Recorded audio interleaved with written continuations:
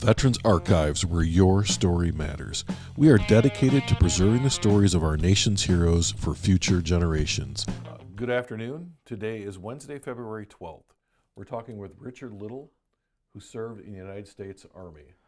So welcome, Richard. Thank you for sitting here and talking with us today. Yes, sir. All right. So as I said prior, we're going to kind of start out very simple. When and where were you born?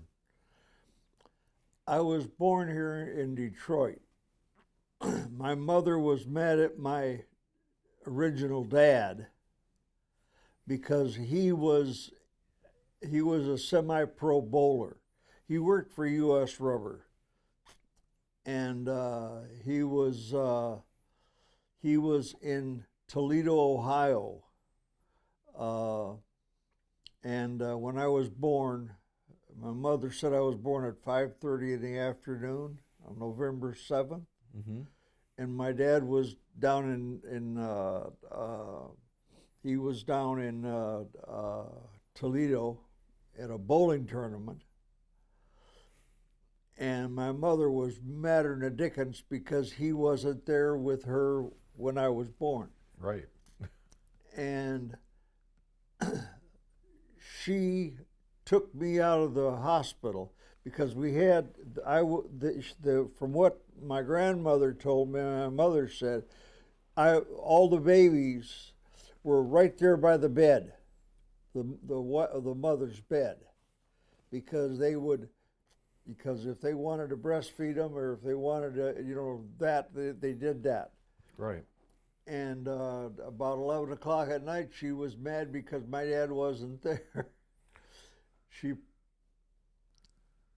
got me in baby clothes and had me in her arms. I was all wrapped up in a blanket and that, and she left the hospital. I don't know if she was supposed to or what, but she did. We went to she and I went to the train station in Detroit, the big building. Yeah. That's where you would go to get the train.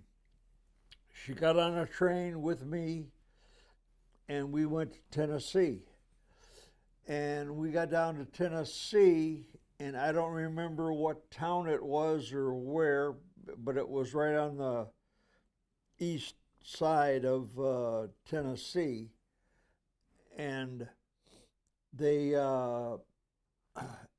my mother had something with she was hemorrhaging. Okay. And she had me in her lap, and so I was covered in blood. They thought I was born on the train. Oh no, no. So yeah, so they took us off the train and took us to a doctor's house, because back then a lot of these towns didn't have a hospital. Yeah. And where you went to the doctor's house, and the doctor saved my mother, and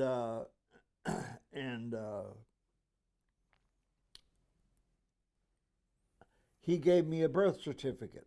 So I have a birth certificate for Detroit, and I have a birth certificate for Tennessee. You just figure out which one you want to use at any given time. Right. Is that how that works? Right. Whatever's the better deal. That's the honest truth. Yeah. And my mother was so angry at my dad because we weren't there, because he wasn't there. Right. And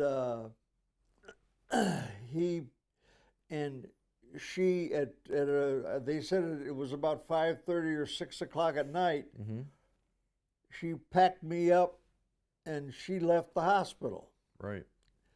And went and got on a train to going to Tennessee, because that's where my grandparents' farm was. Okay, so that's why you were headed to Tennessee at the time. Yeah. Okay. All right. And my mother was a firecracker. Sounds like it. Sounds like she didn't take a lot of crap. No, she didn't. No. And I got to ask a quick question, Rich, if I can. yeah, Did he win the tournament? Yeah. Okay, I was just curious. He did 14,300 games. Wow. Wow. Yeah. Not that there's an excuse for not being there when your child's born. I just wonder if he won that tournament. Robert H. Little, Robert Hunter Little was Okay. my dad. Okay. And he got to be a vice president of production in U.S. Rubber. Okay. And my mother divorced my dad when I was 3. All right. Now, so you get down to Tennessee, your grandparents' place, and you settled in there. Is that where you stayed? No, we were there for a while. My dad came down to Tennessee 3 Okay. days later. My mother wasn't going to go with him anywhere. He grabbed me and all the stuff that we had and put it in the car because he always drove a Cadillac. Mm-hmm. That was my dad's thing. And picked up my mother, put her in the car, told her to shut up. This is what they told me. Not that I remember anything, because I don't. This is how the story goes, though, right? Yeah. And we drove back to Detroit. We lived at 620 Algonquin for a number of years. And the people, there was a black family that was next door to my dad. And they were from Tennessee. They had been, they were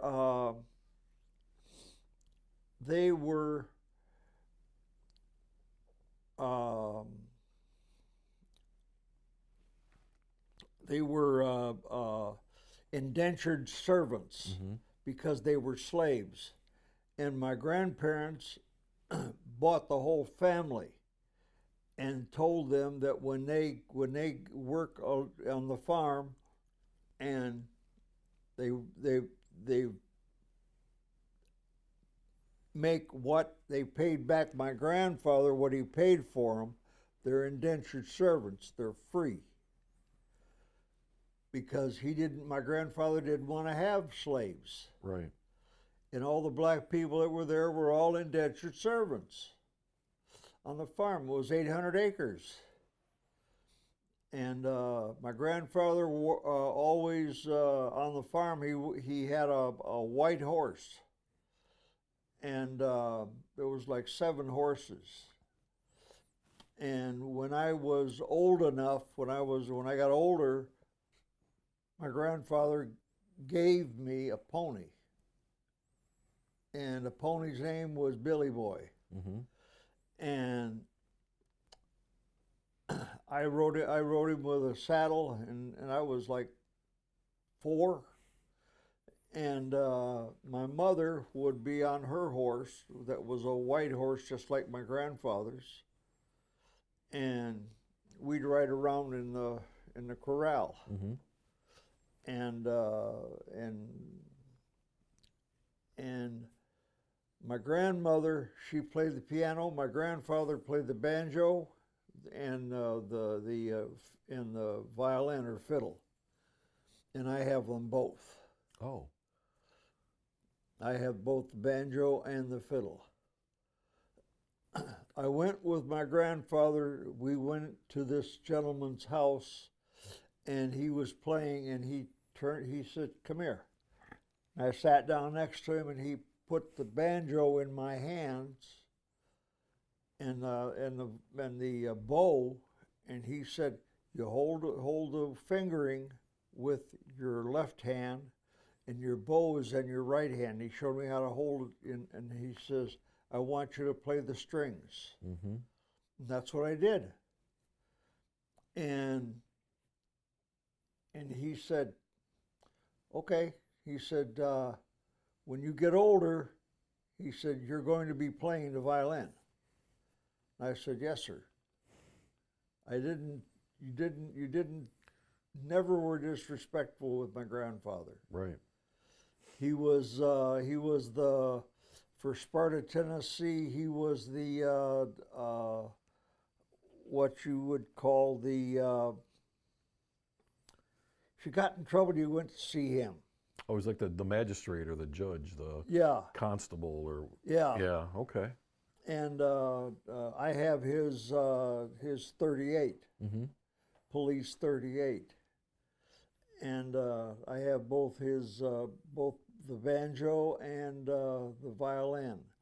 The violin is coming up on 200 years, and the Wow. same thing with the banjo. The banjo has um, it's the fingerboard is the fingering board is has um,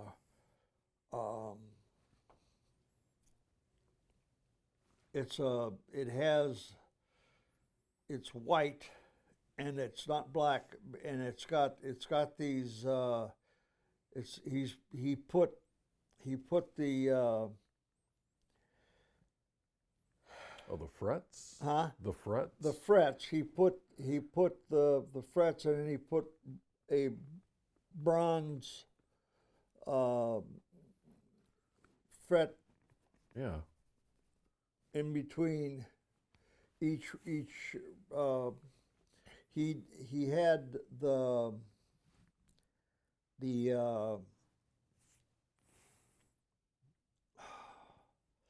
I can't think So of you're talking about like the neck of the. yeah, it was on the neck, it was Uh-huh. on the fingering board. So He so put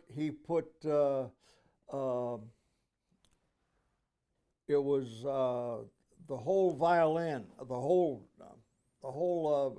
banjo had this all the way around the barrel of Okay.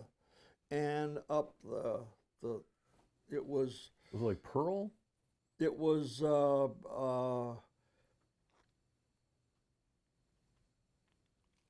Pearl, Oh, mother of pearl. mother of pearl. Yes. Yeah. Yes. Okay. It was he had that on the violin and around the banjo, Right. and that's the way that's what he did. He was real good with his hands, Well, that sounds beautiful. and it's a beautiful Yeah. instrument. Well, I want to circle back around because you came back to Detroit with your dad, Uh-huh. and you lived there. Your neighbors were actually people who knew your grandparents. Yep. Yep. And so, how long were you in Detroit before your mom and dad split up then? Till I was 3.5. Okay. My mother divorced my dad, Mm-hmm. who still loved my mother. He didn't want it to happen, Yeah. but he had no choice because my mother was a firecracker, Yeah. and my mother after I was 3.5, then 4, 5, 5.5. My mother had met my stepdad, Mm-hmm. who was in the Air Force, and my mother married Ernie Thaar, Thaar, Okay. and he was Airman First, Mm-hmm. and once he got married, we had to move to the Weary housing on Selfridge. When you come into the main gate, Uh-huh. Weary housing is to the left. It's all those old houses that are out there, right? Yeah, all those. It's like a townhouse. Yes. And that's where we lived. And we were at that time they were building all of them, Mm-hmm. and everything was muddy, and I had to take my shoes off outside Mm-hmm. in the winter and in the summer or whatever, because I couldn't come in the house with muddy shoes on. Right. That's a good way to get in trouble. Yeah. Yeah. Absolutely. And my mother was a housekeeper, cleaner, and you didn't mess with it. Yeah, I'll bet. And I mean, you could eat off the floor. I mean, it was ridiculous. And my stepdad, his parents were in Beulah, Michigan, which is up here. Yes, I'm familiar with that. Crystal Lake. Yes. Crystal Lake is the coldest damn lake that you ever want to be in. You can see the fish, and you're on the lake in a boat. Mm-hmm. You could look down and you could look at the schools of fish, and you throw your line right at them, and it comes down, and we had bacon, Mm-hmm. raw bacon, on the hook, and that's what the fish went after. Really? Yeah, I've heard of fishing with cord and all kinds of hot dogs. Never heard of doing that with bacon. yeah. I'll have to try that. And we had the line was the fishing line itself was he would take the bacon itself, rub it on the fishing line, and then we'd toss the line in the lake, and you could see the fish. Yeah. Yeah. Maybe that's why they call it Crystal Lake. Yeah, Because it's crystal. clear. Yeah, crystal It's clear. crystal clear. You can see the bottom. That's amazing. Wow. And I tried to swim in the thing, Uh-huh. and it was just so cold. It was like putting your hand in ice water. Yeah. That's cold. Yeah. Even in the summertime, right? It's cold in Yeah. the summertime, yeah. Yeah. It was 38 degrees. Yeah, it must be spring fed or something that it's that cold. I don't know. I don't Yeah. know. But the lake was so clear Mhm. all the way across. You had like 500 feet Mm-hmm. on the other side was Lake Michigan, Yeah. and they were gonna try to get Lake Michigan's water, because it was warmer, to come into Crystal Lake, Uh-huh. and they couldn't do it because Crystal Lake was higher than Lake Michigan? the Lake Michigan. Yeah. And when they opened up that area was about 6 foot of land, the water was draining out of the Crystal Lake? Crystal Lake, Yeah. and they had to close it off. Yeah. Yeah. Somebody should have looked at that a little bit closer before they did Yeah. it. So how long were you at Selfridge then with your stepdad and your mom? Did you guys live there for a We while? were there until we moved. Dad got orders to go to Alaska. Okay. We went from Alaska to France, to an Air Force base in France, Okay.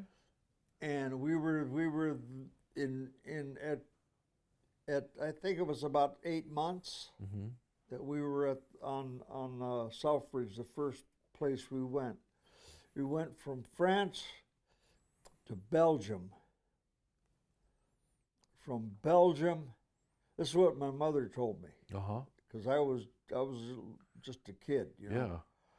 Yeah. And we went from Belgium, and then we went to France again, and came out of France, and we went to Germany. And it was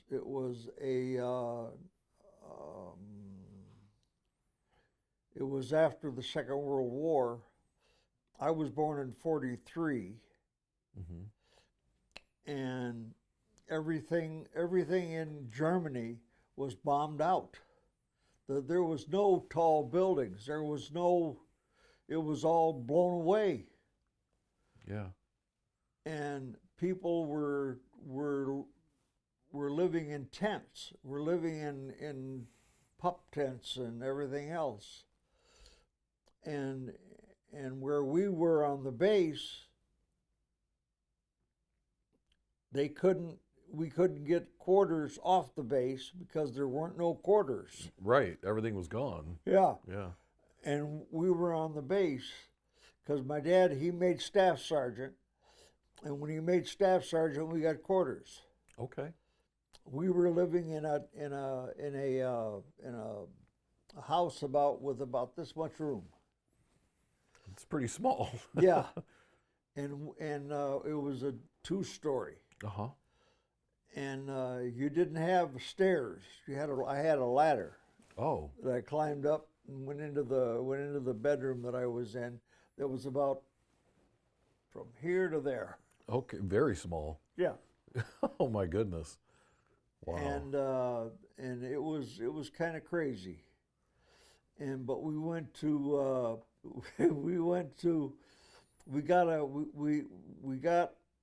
we were on the back half.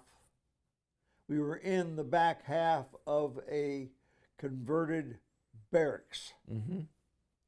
and another family was on the other half. And I went to bed. I went to sleep on this one night. My dad, he made staff sergeant, and he and Sergeant Keach, he was his best friend, and they were both in high school together. And he was there because he made staff sergeant at the same time, so they were having a party. And my mother didn't want me to see them drinking, so she put me to bed. Well, my bed was over here, the windows were over here. Yeah. When I woke up, the bed was all the way across the room over here because they had an earthquake, and there was this corner of the house, the ground opened up. Oh no. And I'm looking out the window, and I'm looking at the opening of the ground. My mother comes in and she says, "Why are you over here?" And I said, I didn't know. I didn't know what it was. Yeah. And we were still getting the tremors, Uh-huh. happening. And I'm watching this thing do. Well, that's got to be a little frightening. I didn't know what it was. I was having fun watching it. Yeah. And my dad was flying, and my mother called the base, called operations, and said, we're about to go underground. They says we're gonna they had people come out and put up these poles Mm-hmm. in the that dirt yeah. on either side to support the house, because it was like Yeah. it was just the whole corner of the house, and my mother said, "Don't go outside." She said, "Stay inside." I said, "I'm just going to ride my sled." And I said, "Nope." She told me this. Yeah, she didn't want you falling in that hole for sure. Yeah. And what we did, my dad got in, they moved us out of there into the sergeant's quarters. Mm-hmm. The sergeant where we were supposed to be. And it was on the other side of the base. And this earthquake that happened, it was that way for a year. Oh, just sat there with this big hole in the ground? Yeah, Oh my gosh. It was like half the corner of the house was held up by the poles, and it was we'd go by there and you'd still see the house was a little twisted. Yeah, a little bit. That'll happen. That'll happen for sure. And the other thing we had in Alaska was we had caribou and moose would be on the base. They'd come on the base. Uh-huh. Because we had grass that the Air Force put in, and it grew up, and these caribou and moose were eating the grass. Well, yeah. And they told us, don't, if they're in your front yard, leave them alone. And I mean, these moose were huge. Yeah, and they can be mean. Yeah. They can be kind of mean. And the moose was always there. The male moose was always there with his female, and she had small little moose that were like about that tall. Yeah. Yes, they'd be very protective of those little Yep. moose, right? Yeah. And but they grew quick Yeah. because the milk that she had was rich, and these moose were sucking them on her. It was really weird, but we left Alaska in 1952 and a half. Okay, and you were born in 1943. 3. Okay, so you're about 9, almost 10 years old. Yeah. Okay. And we were in Alaska during the Korean War. Uh-huh. And we could see anytime the Chinese or the Russians were flying their jet, their MiG, up the St. Lawrence Seaway. I think it was the St. Lawrence. Anyway, that the water in between it was 38 miles. Uh-huh. Russia was over here, and we were over here. Alaska was here. Here they were. It was 38 miles. So you could just see them. Yeah, you could see them. Their tanks. Yeah. And they never fired their guns at us, Right. and we never fired guns at them. But every time these jets would come through, they'd scramble F-86s out of Elmendorf Air Force Base. Mm-hmm. Isn't that strange? I can remember that. It's funny the things that we remember.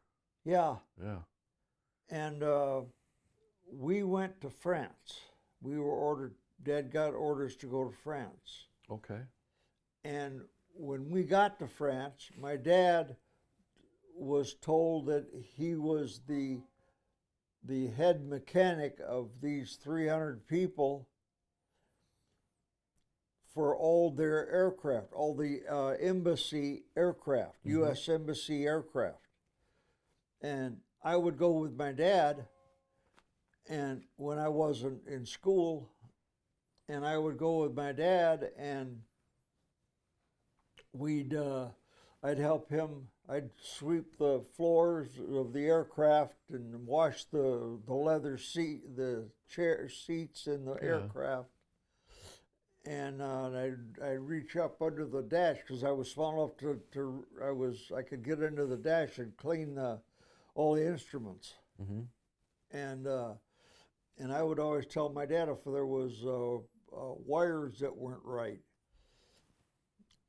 because I didn't want to get shocked, because I did. Yeah, I can imagine. That's not a good place to be. And I'm in there, and I'm supposed to be wiping off all these instruments that are, they're in the instrument board. Yeah. And it was. I told my dad, I said, "There's 6 instruments. I don't know what they are, but the wires are hanging loose." Mm-hmm. And he said, "Did you knock them off did you knock the?" And I said, "No, they're hanging loose." And he looked at what was wrong, and these 4 instruments were on his list. And he got down there, and I'm laying there with him, holding the flashlight. That's really neat. And he just took it with wires and stripped it out and tied it on there and put the bolt on there, and it was everything was squared away. Then he'd put the tape on it. Yeah. And he says, "See how I did that?" And I said, "Yes, sir." There was never, I never called him Dad, because he was my stepdad, but I never called him Dad. It was always "Yes, sir." And I was helping my dad clean a B-29 engine, and this general pulled up in his car, rolled the window down. He said, "Why aren't you in uniform, Airman?" That's what he said. And my dad said, "He's my son." He says, "Why isn't this airman in a uniform? He's on the flight line. Have him in uniform." He said, "That's my orders, Sergeant." That's what he said. I remember that. So they had to put you in a uniform then? Yeah. Oh, that's really cool. I had to go with my dad to the clothing, to the quartermaster. Yeah. And I got dress blues, the whole 9 yards. Oh my goodness, yeah.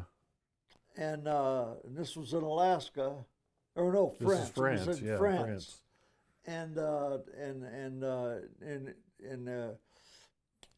France was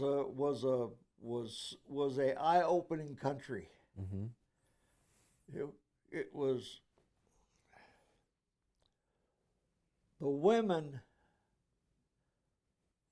If you were not on base, you were walking through a town which was 2 blocks away from the entrance, and you go there, and the women walk around in bikinis. Yeah, France was a little bit different, huh? Yeah. And my mother was mortified. Oh, I'll bet. I bet you weren't, were you? Oh, no. No, I don't think so. I enjoyed watching these women. Oh, yeah. Yeah, so you must have been, what, like 11? 11, 12? Yeah, that's the right age. Yeah. And my mother would say, "You're not watching these French women." "Yes, ma'am." So I'm looking right at them. Right. My mother's standing there, and I'm looking right at them. Yeah. Because right over from where the base was, there was the ocean. Came in, from where we were at, and the aircraft took off over the ocean because they got complaints about the jet aircraft flying over their homes at all hours of the day and night, and they would complain. So they said, all aircraft are going to take off over the ocean. Well, they could as far as weather. Yeah. As far as the weather was concerned, they'd do that. We were in France for 2 years. We went from France to Germany. And you talk about a change. Yeah, Germany was in pretty bad shape at that time, wasn't it? Yeah. Yeah. It was. No bikinis in Germany. No, Yeah, I didn't think so. And eins, zwei, usp. Now, what is that? Tell me what that means, because I have a German name, but I don't speak German. Eins, zwei is I am. Schund is young. Okay. And at least I think it was. Yeah. I don't speak German either, but we were in Germany twice. And I was 17 the next time I went there. And at 17, Germany has 17-year-old bars. Right. You could, it wasn't none of this 21 or any of that stuff. Yeah, it was 17. It was 17. Yeah. And you go into these bars, the beer was warm because it was cold outside. The beer wasn't cold. Okay, Rich, I got to ask this question. This is going to be very controversial. Warm beer or cold beer, which one do you like? I like the warm beer. Okay. So you had a great time in Germany then. Yeah. Yeah. I didn't. I stayed away. I tried to stay. They didn't have Coke. They didn't have, they had they had I can't remember the word for it, but it's a glass that has ice cream and it had uh, chocolate Mm-hmm. and it Oh, like was a in sundae. layers. Oh, like a parfait kind of thing? It was I don't know what you would. It's like you you put a straw in it and Oh, like a malted. a malt Yeah, a malt. Okay. and my mother, she wasn't happy with it because I was usually with my mother and we went into this teenage bar Uh-huh. and here I am 17 years old. My mother's telling me and these girls are all sitting around and my mother said these girls are not covered properly. They're not dressed properly. Uh-huh. How she would always say it. Yes, ma'am. What did you think? I'd say, oh yeah. They're dressed just fine, huh? Yeah. Oh man, it was the different countries, the different Germany was different because it was the best thing in Germany was you could go into these bake shops and they had the best. It was a cake that was you would get a whole cake that was Yeah. it was. Were you ever in Germany? I was not, but I know what you're talking about. My family, actually, my grandparents came from Germany, so Yeah. yeah, German baked goods are amazing. Oh, I'm telling you. And we also had it was I can't remember what it was called, but it was beef, mashed potatoes, and it was beans that were long, Uh-huh. and you cut them, and they were so good. I mean, the food in Germany was magnificent, and we'd always have we didn't have to ask for it. Mm-hmm. You always had slices of cake. That was part of the That was dinner. just part of the meal. Yeah, Yeah. Wow. and they would give me coffee. Uh-huh. I didn't drink coffee, except for when we were in a German restaurant, and that coffee was good. They want to know if I wanted beer, and I said, no, ma'am. My mother said, no, Nope, not at all. no. Well, it sounds like growing up, you got a lot of really good different experiences then. Well, we were in Germany, we were in Belgium, we were in France, we were in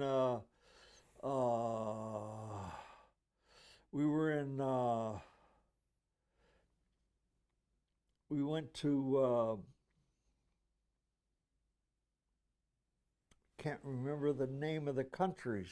It was three other countries. Oh, were they all in Europe then? Yeah, Okay. we were in Europe, and Yeah. and it was crazy. And each country is different. Their clothes are different. Their mannerisms are different. Different languages, all that stuff, Different languages and everything. I mean, it was you either had French, you had German, and Dutch. right? Dutch, yes. The Dutch. Netherlands. And the Dutch were fun. Mm-hmm. They were fun. It was fun. We had a lot of fun with Dutch. We went to we were living in a town that had the windmills, Yeah. and it was fun. It was just fun. And I was at that time I was 18, and I was we were in a we were with my dad being with the U.S. Embassy, we were staying in the U.S. Embassy. We had a house in the U.S. Embassy that had, this is funny, had a first floor, second floor, and a third floor, and and each floor had its own maid. Wow, that's something. Each floor had its own maid. The maid that was on the third floor was 18 years old, and she was a beautiful girl. I am 17, and she has me in a tub, and she's scrubbing my back, and she is in her underwear. My mother walks in and says, "Oh, no, no, no, no, no." Right. She put the kibosh to that, didn't she? And she said, "What are you doing taking a bath? It's not Saturday." Oh, no. I don't know what day it was, but it wasn't Saturday. Yeah, you didn't care what day it was, did you? No, I didn't. Yeah, I didn't think so. Oh man, it was just real crazy. So you were 18 when you were there. So at what point did you leave home and join the military then? Was that later on? We were in Belgium. We went from Belgium to Hickam Air Force Base, Hawaii. Okay, very familiar with Hickam. Were you there? I was never stationed there, but I visited there. Yeah. Yeah. We were in. You come through the gate, and the living quarters were over. If this is the gate, and you came in, and you had to turn. You turn to the right, and you go down the street, and we were the 5th house. And it was a house. Yeah. And that's where all the master sergeants were. And so by this time, your stepdad had moved up in rank then, I'm assuming, yes. Oh, yeah. Okay. Yeah, he was a master sergeant when we went into Hawaii. We were in Hawaii for 2 years. I graduated from Waipahu High School in Hawaii, and I was on the state champion team, football team, and I was a halfback. And I played both defense and offense? Offense. So you're one of those rare people that can play both sides of the field then? Yeah. Wow, because there's not a lot of people that can do that. And that's pretty amazing.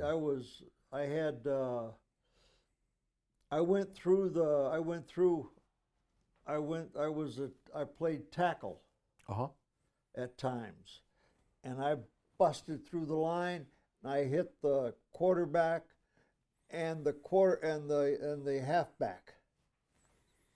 Richardson High School, that's who we were playing against, and I knocked the helmet off of the quarterback, and the helmet hit the halfback, and I grabbed the ball and I ran 20 yards into the touchdown. That's amazing. Wow, that's a hard hit. You got to hit somebody hard and knock their helmet off. Yeah, I did. And that was in the state championship game? Yeah. Wow. Yeah, I made 3 touchdowns. That's incredible. And it was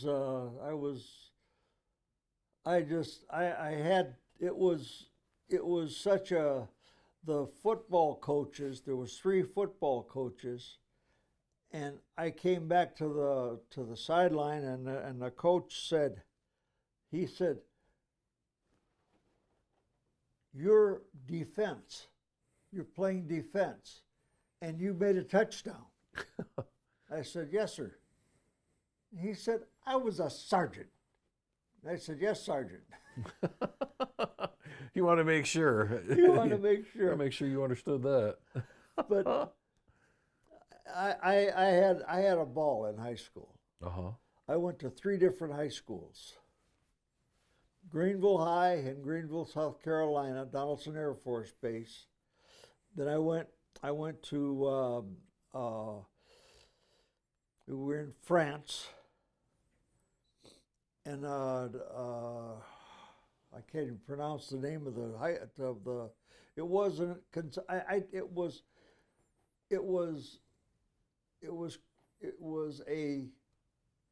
in France, you go to school all year round. Yes. And but you don't go to school all the time. You go for 6 weeks and you have a 2-week vacation Right. Yep. because of religious reasons. And I hated these schools because they were Catholic schools. And they'd put us in these, and they were mad at me because I couldn't speak French. Mm-hmm. And I didn't want to speak French. But I had to learn to entrer, soit, I can't even say it anymore. Right. I can't count, to 20 in the French language anymore, because I haven't done it in years. Yeah. And it was the same thing in Germany. In Germany, we were with the U.S. Embassy, and the only schools we went to was damn Catholic schools, and these nuns were fresh out of German concentration camps. And I mean, I was a 10-year-old boy, and I was scared to death of these French nuns, Mm-hmm. because they were meaner than hell. I got a broken bone right here. Did you get hit with a ruler? Hit me with a riding crop. Feel Oh my it? gosh. Oh yeah. Yeah, right there. Yeah. She hit my hand because I wasn't speaking French in class. I didn't know French. There Yeah. was like 28 kids, and out of the 28 kids, I think there was only 8 people that could speak French. I didn't speak French. I was an American. The girls were told they couldn't wear pants. They had to wear this uniform. We were all in uniform. Right. You all had to dress the same, basically. Yeah, right? It was a blue blazer Uh-huh. and a blue tie, and the blazer had the school's emblem on the pocket, and the girls had to have their skirts 3 inches below their knees. Mm-hmm. Because they didn't want anybody looking up their dress. Right. And the girls were always sat on our left because you couldn't see in their blouse. Their blouses, ours are like this. Right. There's the opposite, right? Theirs this way. So no, it was on the right. Yeah. Yeah, on the right, because their blouses were here. I had a girl sitting here, and I was here, and I had a girl sitting here. That was it, it was a girl, boy, girl, boy, girl, boy, and that's the way it was. Mm-hmm. Must have been a relief to get back to the States then, and go to a school, a regular school. When I got back, I was 2 years ahead of everybody. Yeah. Because I went to school all year round. Yeah. And we had what they called the holiday, or it wasn't called a holiday. It was called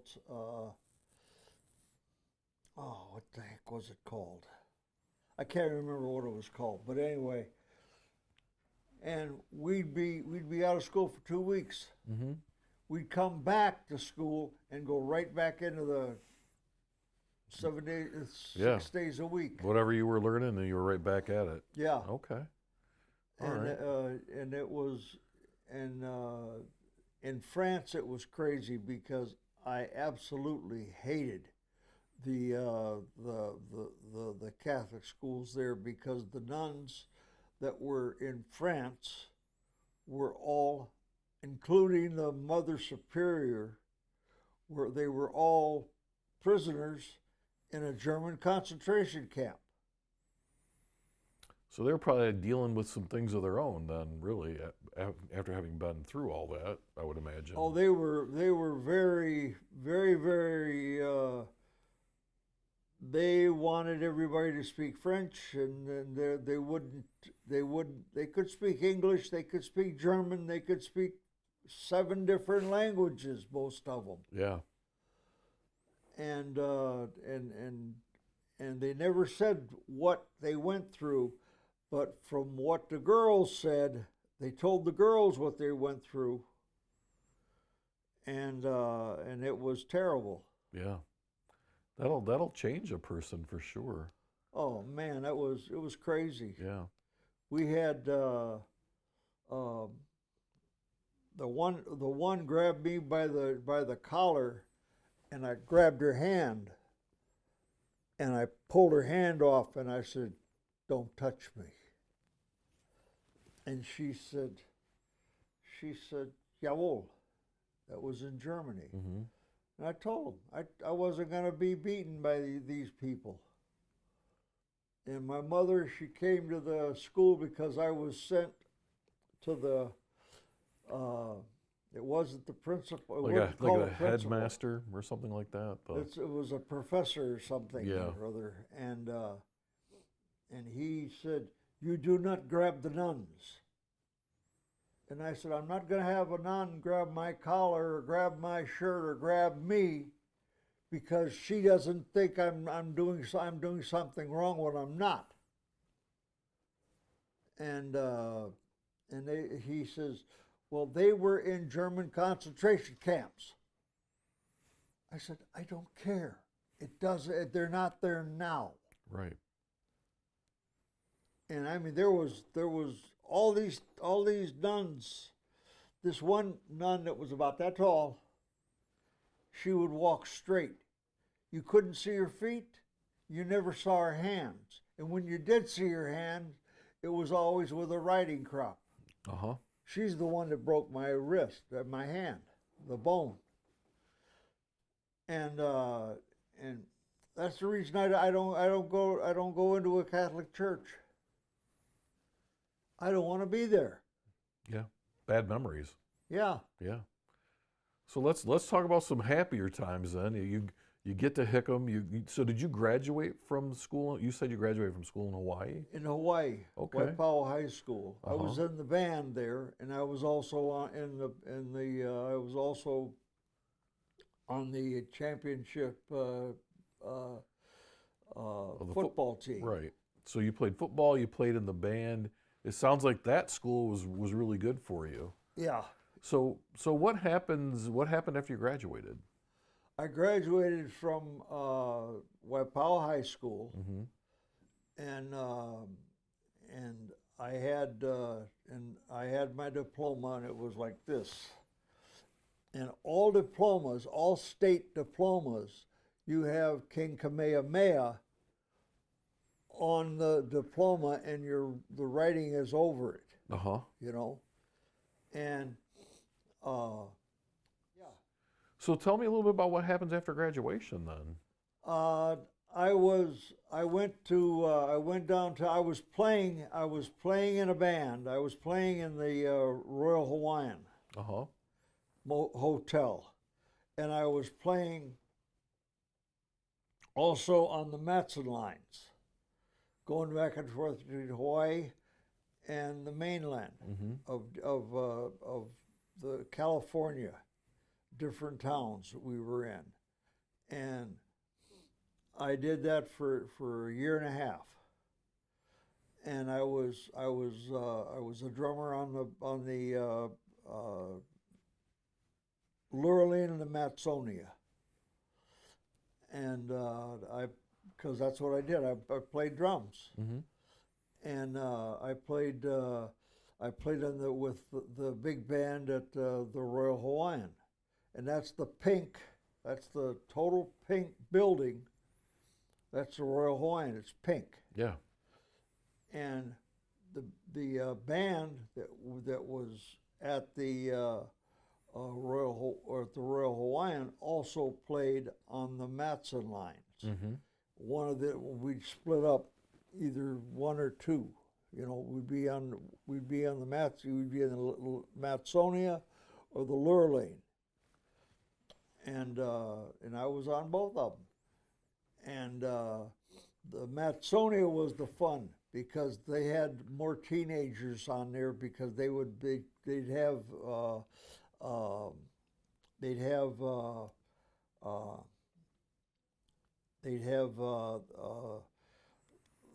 spring Oh, break. like the spring. Okay, spring break. Yeah. Spring break, and these kids were, they had their parents had big time money Yeah. because it cost about $7,000 or $8,000 to be on this dadgum ship, and we had a ball on that ship. Mm-hmm. We played. It was the big thing then was folk music, and I had a drum set. It was about this tall. It had a bass drum that the bass pedal beat. It wouldn't play this way. Okay. It came this way. Oh, okay. Yeah. From the bottom, and it took me a little bit while to get used to that. Yeah, because that plays differently. Yeah. Yeah. And the snare was right under the skin on the top, Mm-hmm. and I could dial it for what we were going to play, Okay. and it would drop. It would drop like this. It would still be touching, Mm-hmm. but it wouldn't be the full snare. Right.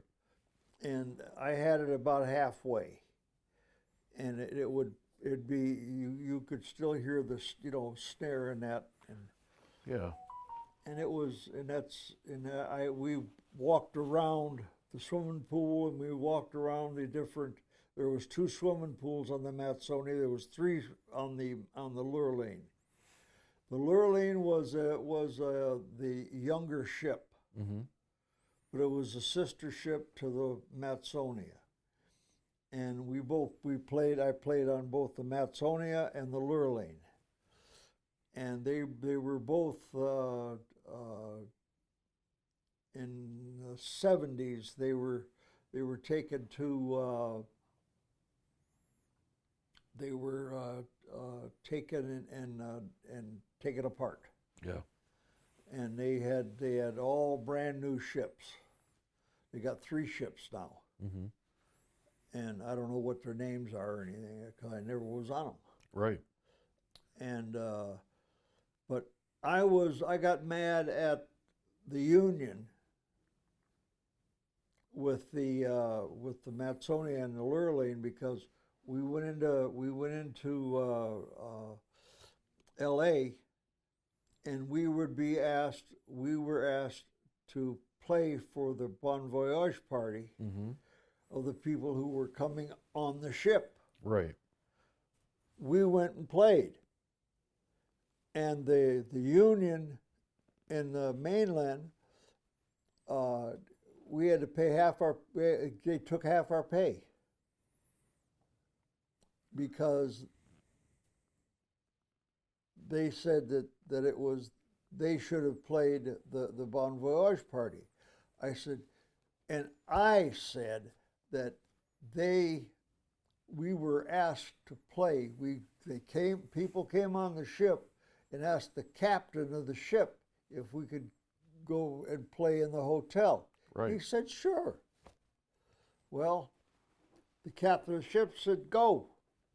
And we did. We were all in tuxedos and Yeah, you were ready. we were ready. And we went and we played for the Bon Voyage party, and we sang all the songs, and I could play the Hawaiian lick and that, and the girls that we had with us, they could do the hula. The hula dancing. The hula dancers, the 3 of them, and everything was in 3s. Huh. There was 6 of us, and there was 3 women. we had 3 women, 2 sets of 3 women. Mm-hmm. If we were on the Lower Lane, it was one thing, and the Matsonia was another. Jeez. So you did this for a year and a half Yeah. on these ships. So what did you do after that? You were upset with the Union. I was upset with the Union for the mainland Yes. because they took half of my pay. Right. The captain had told you you could go play, and Right. they didn't agree with that, so they took half your money, and then, so what'd you do? Well, I quit, Yeah. and I went and joined the Army. And I went and I applied. I was sent to the Army Band, Mm-hmm. and I passed their little test. It was just to read this sheet of music, and I read the music and I played it, and I said, "That's all you want me to do?" And he said, "Yeah." He says, "You're in the band now." That was easy. So did you go to basic training and all that I too? went to basic training Okay. with the band. Okay. And it was a different kind of basic training. Yeah. It wasn't the basic training that you get for the Army, and because you had to learn. They wanted you to play your initial instrument. Mm-hmm. That was the drums. They wanted me to play 2 other instruments. They wanted me to learn to play 2 other instruments. So I picked the bugle and the trumpet. And the bugle I could get easy. Mm-hmm. The trumpet was a little bit harder because I was reading their B flat, and it wasn't anywhere near the drums or anything. Right. And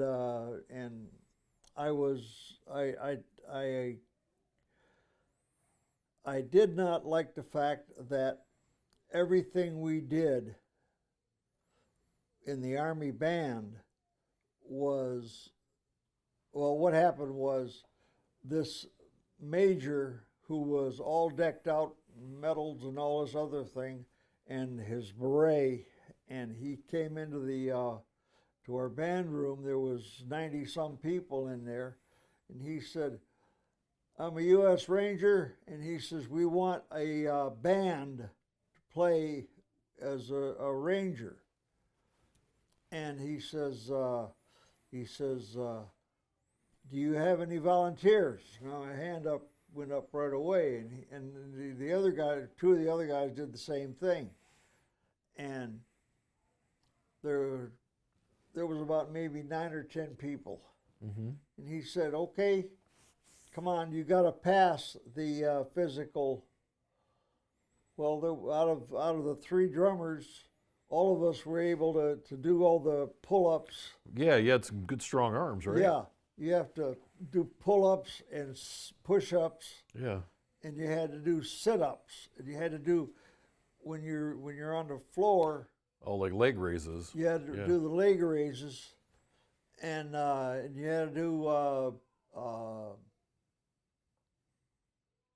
the hell else was it? It was we had to do we'd go outside. We ran 5 miles, Mm-hmm. and the people that played horns could run like a rabbit. Us drummers, we didn't run all that. We didn't blow. Right. So, but we were always carrying the drums, which were heavy, and we made the cut. I wasn't all that good. Mm-hmm. I'm telling you the truth, I wasn't. Yeah, all 3 of us made it, and we were all in the band room after about 6 weeks of band training and that, and we had this warrant officer. He came in he had this dress coat. Mm-hmm. It was a dress coat. It had all kinds of Swirls and everything on it. twirls and all this, and he was a warrant officer. He was a top warrant officer, and I didn't even know what the hell a warrant officer was. I assumed he couldn't be a lieutenant, so they made him a warrant officer. Not exactly how that works, but yeah. He could play every single instrument in the band. Uh-huh. He was excellent as a drummer. He was excellent as any other instrument, including the piano. And he came walking in with the same headgear as in the British bagpipes. Uh-huh. And he had these Oh, like epaulets or whatever? epaulets with and with Yeah. I mean, he was ridiculous looking. And there was 9 of us drummers. There was 3 women, and they were playing the xylophone, and they were playing the other. I can't remember what it was called, but anyway, they were, and the other guys, the 2 other guys were playing symphonies. Yeah. And I could play them all myself, with it. And I wasn't that good with the xylophone and the thing, but I could read the music, so it was okay. Mm-hmm. It's just like the piano. Yeah. And I wasn't trained to play the piano, so I was but these girls, they were very, very good. And I played the snare drum, and we had to play 2 other instruments. Right. And I started with the bugle, and I went to the trumpet. Mm-hmm. And I had both the bugle and the trumpet. They were mine. Mm-hmm. They were given to me. And I had to make sure that they were playable all the time. Right. And I would go into the practice rooms, and I would play the rudiments, or not rudiments, but play the scales, right? Scales. Yeah. And the bugle, I got so that I could play taps. I could play several of the calls on the bugle, and that was in B flat. Now the trumpet was in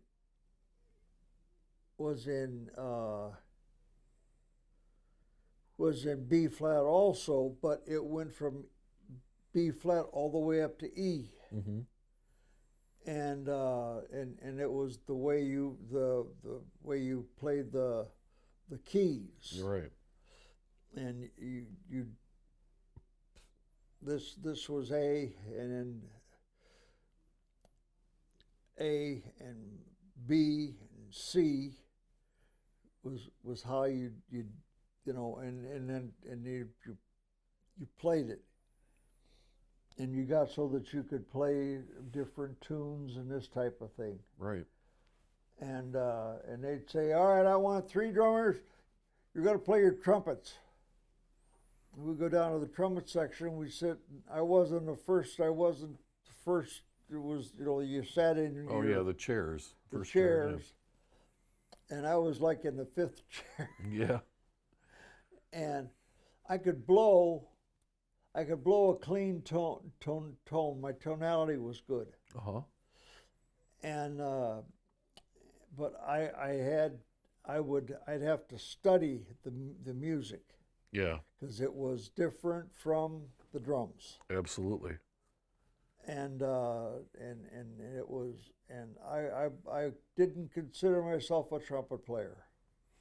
Or I could blow bugle, but You were a drummer. I was a drummer. You were a drummer. So tell me a little bit about, you got picked for this assignment to be part of the Rangers then, correct? Yeah. Okay. So then this whole time you're learning your band instrument, are you doing like ranger type training? Are you going through their schooling or anything Yeah, like that? I went once we got to Ranger School around Ranger Ground. Uh-huh. We didn't touch another instrument. For 28 weeks, we didn't touch an instrument. Right. And what was that schooling like? That was very hard, Mm-hmm. but I enjoyed it. It was a good challenge, huh? Yeah, Yeah. I enjoyed it. I would you'd lay in bed and your arms would raise up. No kidding. Yeah. Your arms would actually raise up. You weren't pulling them up. They were automatically coming up. None of the girls, none of the women that volunteered for it were in Ranger School. Right. It wasn't allowed at the time. It wasn't. Yeah. And they were sent back to the band. Mm-hmm. But I wouldn't. Sundays was the only day we had half day off. Mm-hmm. And I would go into, I had my drumsticks in my foot locker, the bottom of my foot locker. I'd pick them up and I had a practice pad and I would play the rudiments. Yeah. That's what I did. Once a week, Sunday afternoon, I do that. And these guys were saying, "What are you doing?" I said, "I'm playing my rudiments." "Playing your who?" Right. And sergeant came in the barracks and he says, "Little," he said, "I want you to be a radio man. You're going to radio school." And I said, "Yes, Sergeant." So that night I was packed up and I was sent to radio school for Fort Gordon, which is away from Benning. Right. And, Yeah. So you were at Benning for Ranger School in Yeah. infantry, and so now you're at. I went to Fort Gordon for radio school. Okay. The MPs, that's where the MPs were trained, Uh-huh. and that's where radio people were. That's where we were. We had 6 buildings we went into. So how long were you in radio school? I was in radio school for 8 weeks, and it was 10 weeks. It was 10 weeks. 12 weeks. It was 12 weeks. And only one person out of all of us went to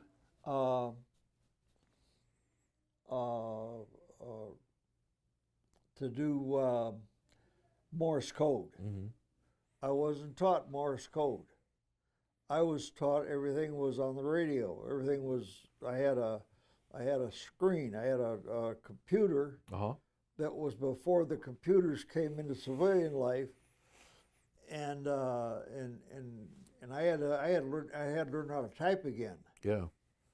And because everything was going there, and you'd hit print, and what you just typed came out of the printer. Mm-hmm. And we had everything. I was put in another class. It was crypto, and that I can't really talk about because it's top secret. Cryptography, right? Yeah. And it's a methodology, Right. and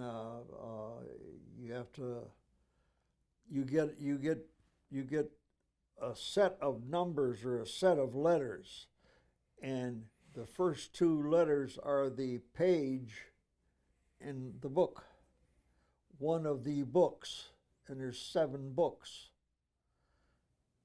And it would say what the page was, and it would say book 7 or book 6 or book 4 or book 1. And you had to learn it all went, and you go through this this whole thing, and you learned you knew what you could type and what you couldn't type, and you would get you'd get real crazy. You'd get a message that was like 10 words, Mm-hmm. and you'd have the page number, you had the book you were supposed to go to, and then it would give you what paragraph you're supposed to take. And then from that point on, I can't talk about it. Okay. So yeah, I mean, it's very important how they do these Yeah, cryptology and the ciphers and all of that right. stuff. So, And that's what, and I was, and I could do that Mhm. because I was used to reading music. Oh, it makes sense. And these other guys, they were fighting mad because they were having all kinds of trouble doing that. Mm-hmm. They said, "How in the hell do I know which way to go?" I said, and I couldn't tell this kid, this other soldier, what to follow. We were told not to talk to nobody. Right. We couldn't talk to anybody. We couldn't talk to each other. And we're in the same damn class. And it got crazy. And the instructor would sit up there at the desk, and he'd come over and he'd look at him and he'd say, he would tell him, he'd get right down in his ear, and he would tell him what he was supposed to do, and he would do it. Mm-hmm. And we were told not to talk to each other, Right. but we were learning crypto, and that's excuse my language, but it's a son of a bitch. Well, if it was easy, it wouldn't be worth having, right? So it's got to be difficult. So Man, it's the codes they give you. I had a message that was 10 words. Mm-hmm. So the first 3 words were numbers. The next numbers were letters, Mm-hmm.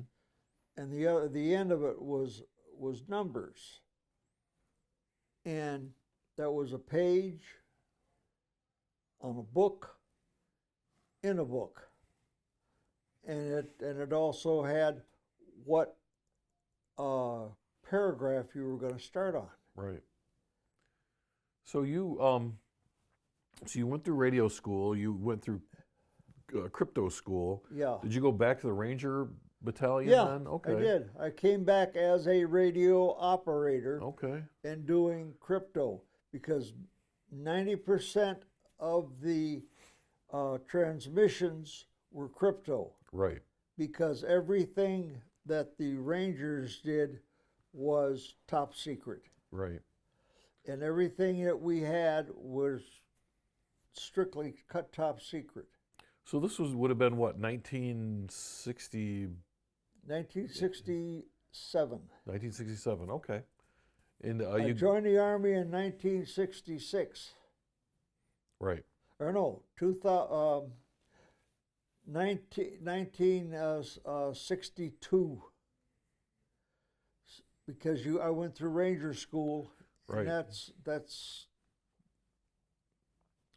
28 weeks Right. alone. Right. So you were in Ranger School for almost a year, and then your other schooling, and so you get back to Ranger Battalion, and then what did you do after that? From there. From there, I was operational, Okay. and what we did was wherever we went, it was I had to jump with 90 pounds of radios on either leg in a duffel bag, Uh huh. and I would pick them up and shuffle, reach up, hook up, and I'm standing there holding that hook up, and I had this bag on my foot. Yeah. Had this duffel bag on my foot, and it was heavy. That's 90 pounds. Right. And I would release and it would just slide when you started walking, Mm-hmm. and I would be, Right. You would literally shuffle to the door. yeah, Yeah. You had to. and uh, and and the first time I jumped with everything, and you had at the top where it was around my down coming down my legs, I had these straps, Mm-hmm.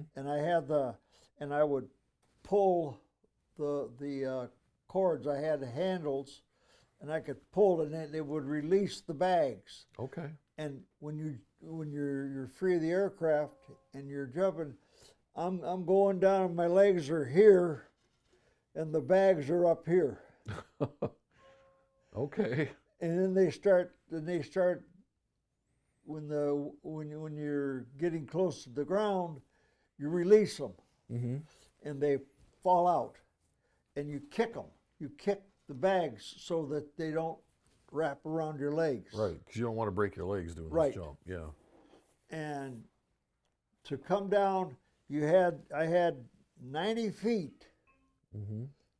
of these. It was 90 feet. Yeah, 86 feet. I'm sorry, 86 feet. And they were out in front of me, and they were flying here, and I'm sitting in the harness, Yeah. and these guys would be, the wind would catch them, and they'd come in and catch me, and I'd be going, and you have to reach up and pull that chute down. And then we got the quad zeros, and that's the square chute. Right. Much more precise, right? Yeah, Yeah. you got controls. You pull them down, and then you could make your chute actually turn. Yeah. Everything, you could fly, and that is a ball. Oh, I'll bet. How many jumps did you make? I made 200 jumps. Wow. That's a lot. 11 combat jumps. The jumps that without the combat, without the everything, is called a Hollywood jump. Right. And we would do Hollywood jumps, and we had all of us were on the radio with everybody, so we could talk to everybody. Uh-huh. And I was a radio man, and I had that Freak 25 on my back, above the T10, Mm-hmm. which is the main jump chute. The T7 is your reserve chute, and they tell us in the middle of our jump, they would say, we are now operational. Mm-hmm. And all I had was a Freak 25, and I had another radio that was down behind my legs, and I could pick up a message, and it would print out. Okay. It would print out what I had, and that's what I had to do. And Ranger School, I enjoyed the hell out of. I loved it because we were running, we were doing all kinds of things. And they taught us, the hardest thing was learning to, I'm not supposed to say, I can't say this, but we were supposed to eliminate our foes. Mm-hmm. And that's about all I can say about it. Yeah. And I didn't like that. And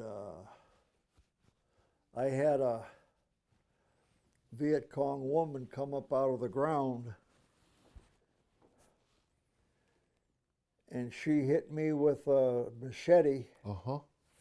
She was going to cut my arm off. She caught the butt of my rifle and my arm, because I was holding it this way. Mm-hmm. And and I shot her 3 times. And the other guys, the other Rangers, they shot her too. They shot her 3 or 4 times. And I had below my jumpsuit. I had just landed, and I had more radios underneath my chute, the reserve chute, and I unhooked it and everything, and I came out of the chute, and I grabbed the chute that was coming down, and you twist it. Right. You twist it, and it gets. You have all the cord going up, and you twist it so it collapses the canopy, right? It collapses the canopy. That brings the canopy down. Yeah. And the A10 is 64 square yards, and the T10, which is the reserve, is 48 square yards. Okay. That's the one that we have, and you have when you pull the cord on that, it's when it clears, it's spring loaded. So it shoots out. So it shoots out. The wind catches that and pulls the chute out, because otherwise you got to grab it and shake it up. Right. And I mean shake it up. You got to get the air in it. And you don't have a lot of time. Right. And I seen guys land without a chute because the chute wasn't inflated. But they had enough air in the chute so that they didn't break their legs or their feet or their ankles or anything. It was still a hard landing, I would imagine. It was a hard landing. Yeah. You come in about 7 miles an hour. Yeah. Well, how long were you in Vietnam? I was there twice. Okay. 18 months the first, and I came into, I was there 19 months the first, 17 and a half months because I got shot in the head. Oh. I got the round came through the helmet, spun around inside and took out everything from back here. And all of this was over here. And all I could see was that. Oh my gosh. Because I couldn't see anything on this side. Right. And Doc Weiss grabbed my face and pulled it back, put that back, and he said, "Don't move." And he put bandages all the way around my head and down my neck, and I had a brace on my neck that was up here. Right. I could still talk, but I couldn't really open my mouth because this was up here. Yeah. And all of this was wide open. All of this back here, the bone was gone. And they found the bullet. It was over here. They pulled the bullet out. You're lucky to be alive. Yeah. I mean, that could have gone all kinds of wrong. Way wrong. What they did, they used the same material that they did for teeth. Yeah. Same material was back as I've got back here. I had 5 doctors, a bunch of nurses. And I woke up in the middle of this thing, and I'm laying like this, and the nurse turns around. She says, "Shut up." And I got hit with another needle of something. Right. And I was gone. So were you, when they were working on you, had they medevaced you out of country, or were doing this in country? Oh yeah, I was out of country. I was on the USS Hope. Okay, so you were on a medical ship then. I was on the medical ship, and I woke up in a room that was about the size of this, and it was white. Everything was white. including the nurse. Yeah. I'm laying there, and they had me like this because they had my head all. Everything's. I had tubes coming down my into these bags, and I woke up, and I asked the nurse. I said, "Am I in heaven or am I dead?" And she looked at me. She was a pretty woman. I'll never forget her face. I don't know what her name was. Yeah, she was an angel. But she gave me a shot. I mean, it was just like that, and I was out. Yeah. Next thing I know, when I woke up, I was in a hospital. I was off the ship. I was in Texas Mm-hmm. at San Antonio, Kelly Air Force Base Hospital. That's where I was. My mother and dad. My dad was going through Air Force recruiting school, at the same base, and they were told that I was wounded, and that's all they said. My mother came in. I looked like something out of A horror movie. Yeah. Right? Yeah. And my dad told her. He walked in first, and he had and my mother. She didn't scream. She didn't yell. She came over to me, and she said, "We're here." And all I could see, because of the what they had on me, and I could see that much. Uh-huh. Wow. Do you remember getting shot? I got hit, Uh-huh. and I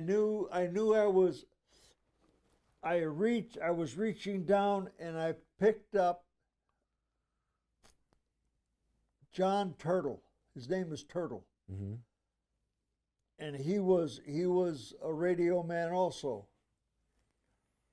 And I picked him up, and I put him over my shoulder. So he had been hit He had been hit already. too. Yeah. Okay. And only thing I could do was turn and go to the sound of the helicopter.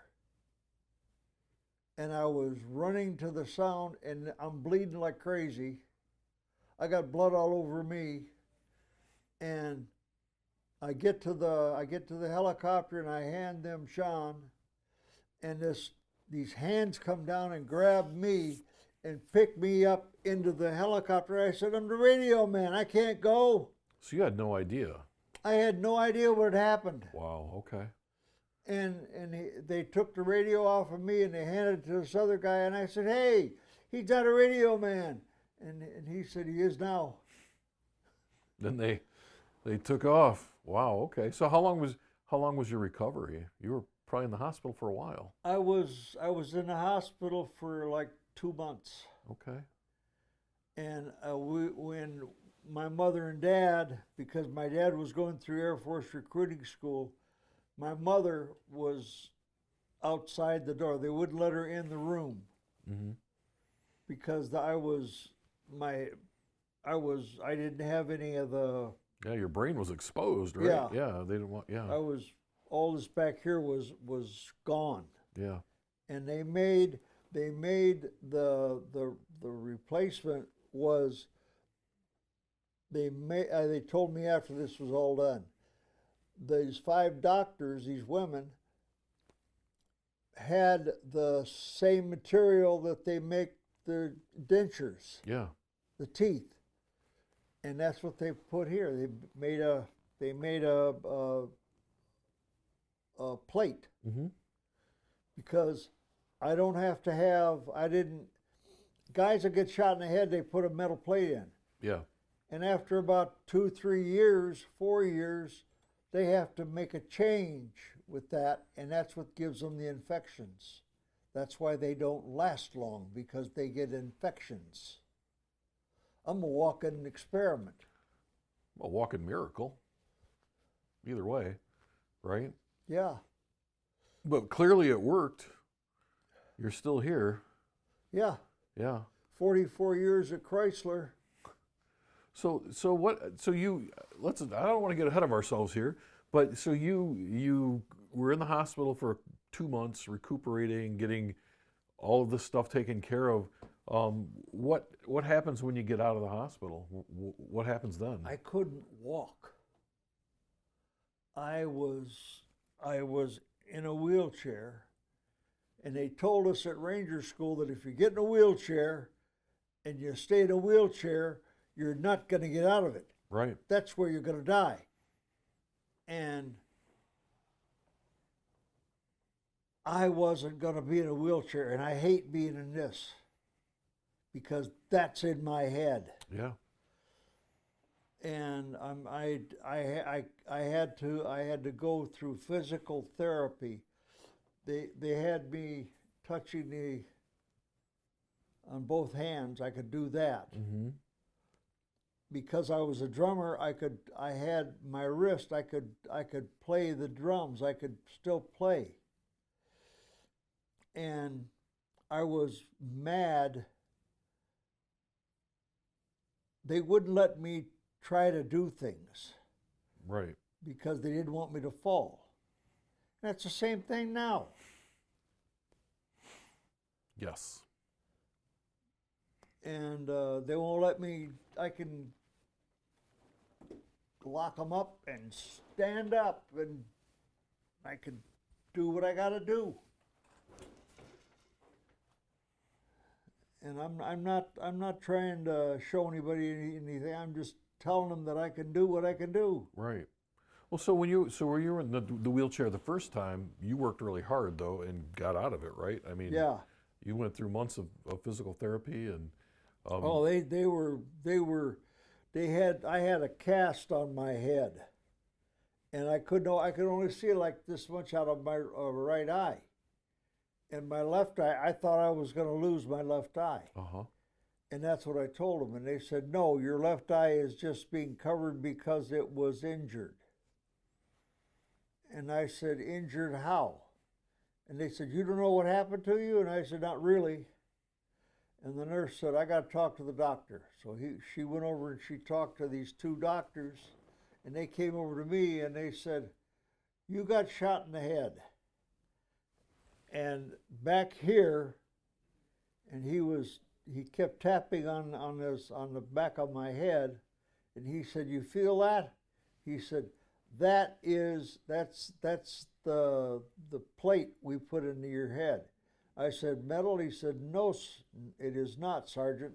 It is the same thing the same material that we make dentures. Yeah.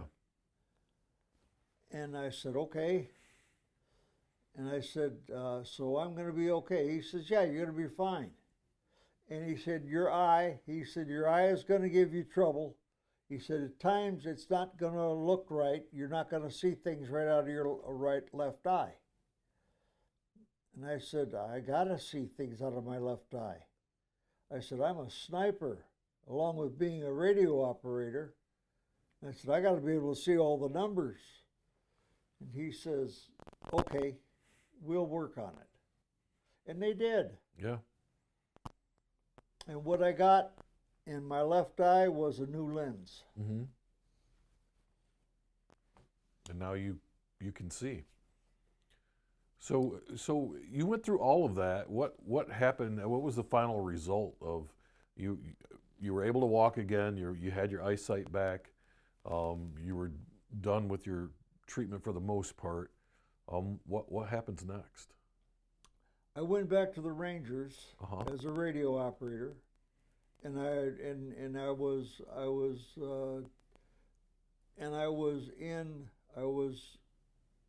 back operational, and I could feel myself. I could feel the headaches. Yeah. I had headaches. I mean, I had headaches that just, my head would just, I just started having headaches, and and they were, the pills they were giving me, I would be, if I stayed on them, I'd have to have them. Right. And I didn't want them because I hated them. because they were so strong. Mm-hmm. They'd make you stupid. I couldn't read what I was supposed to be reading on the radio Yeah. because I couldn't see the damn radio right.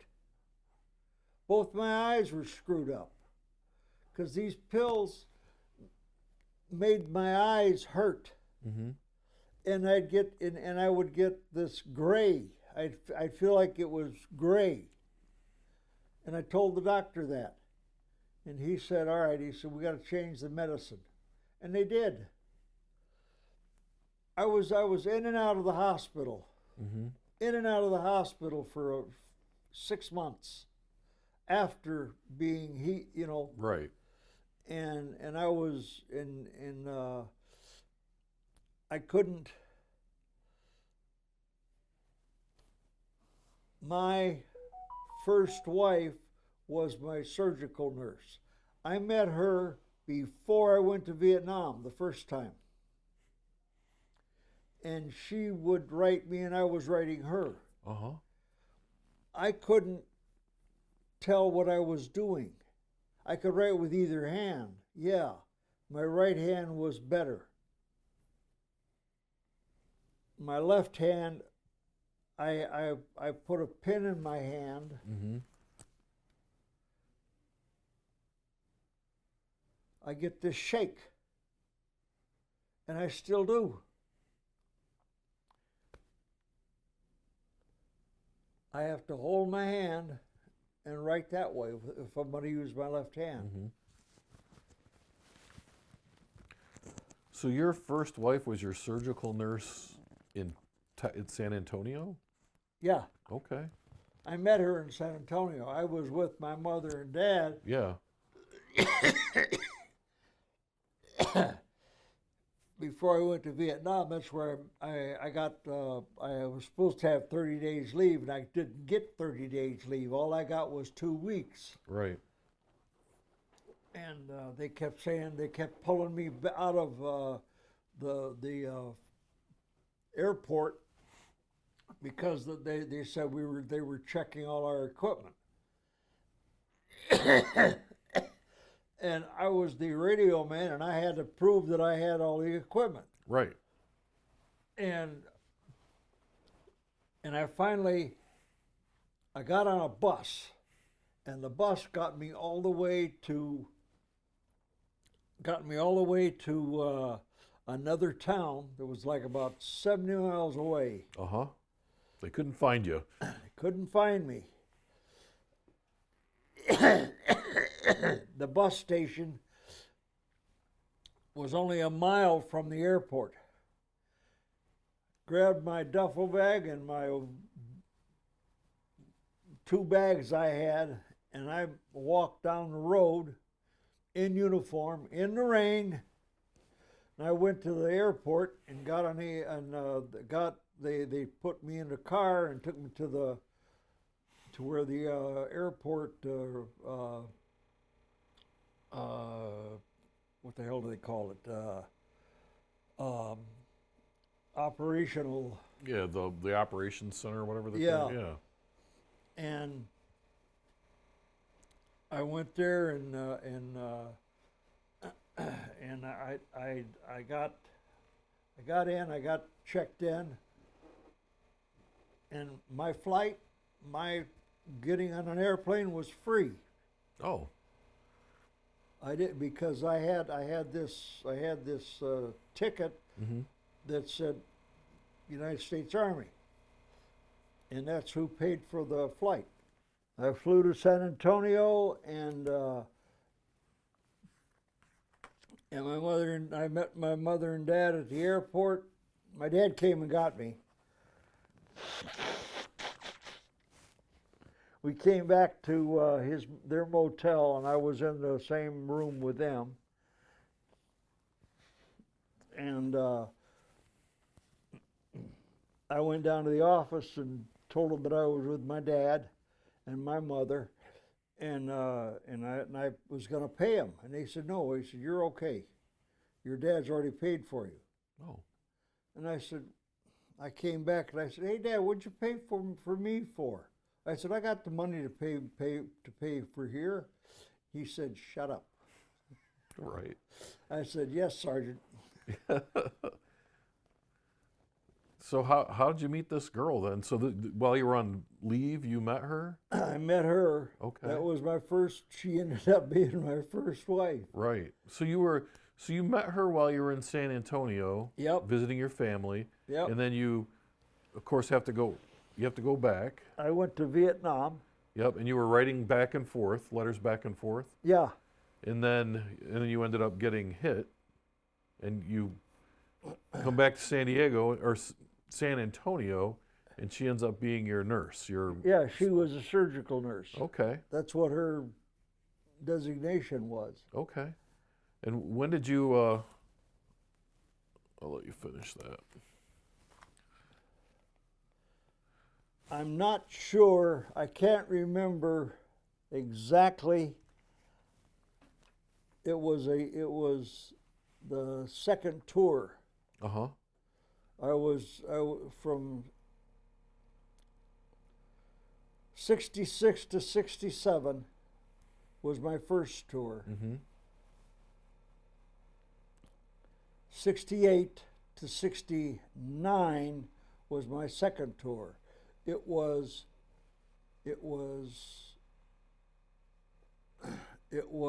March of 69 is when I got hit.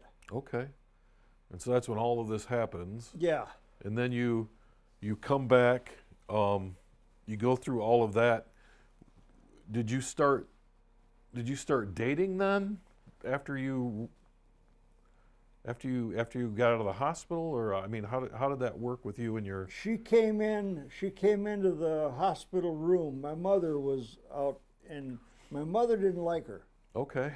Because she was all dressed in nurse's uniform, and she said, "Mrs. Tharr," and she says, "Yes." She said, "I'm Audrey Allen. I'm Richard's fiancée." Oh. I had asked her to marry me when I was in the hospital. Did you remember asking her to marry you? Yeah. Okay, I just want to make sure. Yeah. And my mother said, "We haven't talked to you before." She tells my dad, she calls my dad, he said, "I just met Audrey Allen. She is Richard's fiancée." And my dad comes in there and he says, and she's sitting there, and he was very, he wasn't upset with anything. He said, "When did you do this?" I said, "When I was in the hospital." I said, "She was the surgical nurse." And Audrey said, "That's true." And the rest is history, right? So Yeah. So you We got married in 60. It was the summer of 68. okay. The summer of 68, we were married 17 years. So how long? When did you get out of the military then? When were you? I was in the military, in and out of the military while I was working at Chrysler. Okay. So you when you got married, when did you start working for Chrysler then? I was working at Chrysler from 1962. Okay. I graduated from high school in 1962 in June. Right. And in October, I started working for Chrysler. Okay. And I worked for Chrysler 44 years. And I was in that 12 years that I was in the military. I was 21 years in the military. Okay. And the 12 of it was working working as airborne ranger and radio man, and I come back to Chrysler, and I had my head was all wrapped up, and they said we can't let you go on the manufacturing floor. So you were in the Army Reserves, is that? Huh? Were you in the Army Reserve? Yeah. Okay. All right. That makes more sense to me now. So you're in the Army Reserve. So you were doing your military duty and then coming back to work, and then so you worked. They would call me, and they'd call Chrysler and say, we want all our people. Yep. Okay. And I'd take off, and I'd come. Sometimes I would come back to work in uniform, in my BDUs. I've done that before. I know what you're talking about. I've been there. So so this all happens. You get married. You go back to, but Chrysler can't put you on the floor. So what did you do? I went with the Army. Okay. I just went back to the Army, and when I got the everything off my head and everything, and I was good. I was clean. I passed all the tests they gave me, and there was a bunch. All but. And I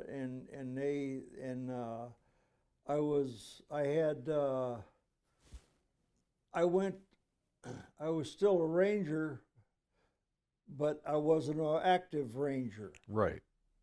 I went to the military band. Okay. And I played drums in the Army band. Okay. While I was waiting to get cleared to go back to the Rangers. And it was the band, the Ranger band was terrible. Because they were Rangers, they weren't really musicians, right? They weren't. They didn't. They didn't practice. They didn't. Yeah. And these guys were trying to blow horns and play saxophones and play tubas and they couldn't hold a note. Yeah. I had to show the trumpet players.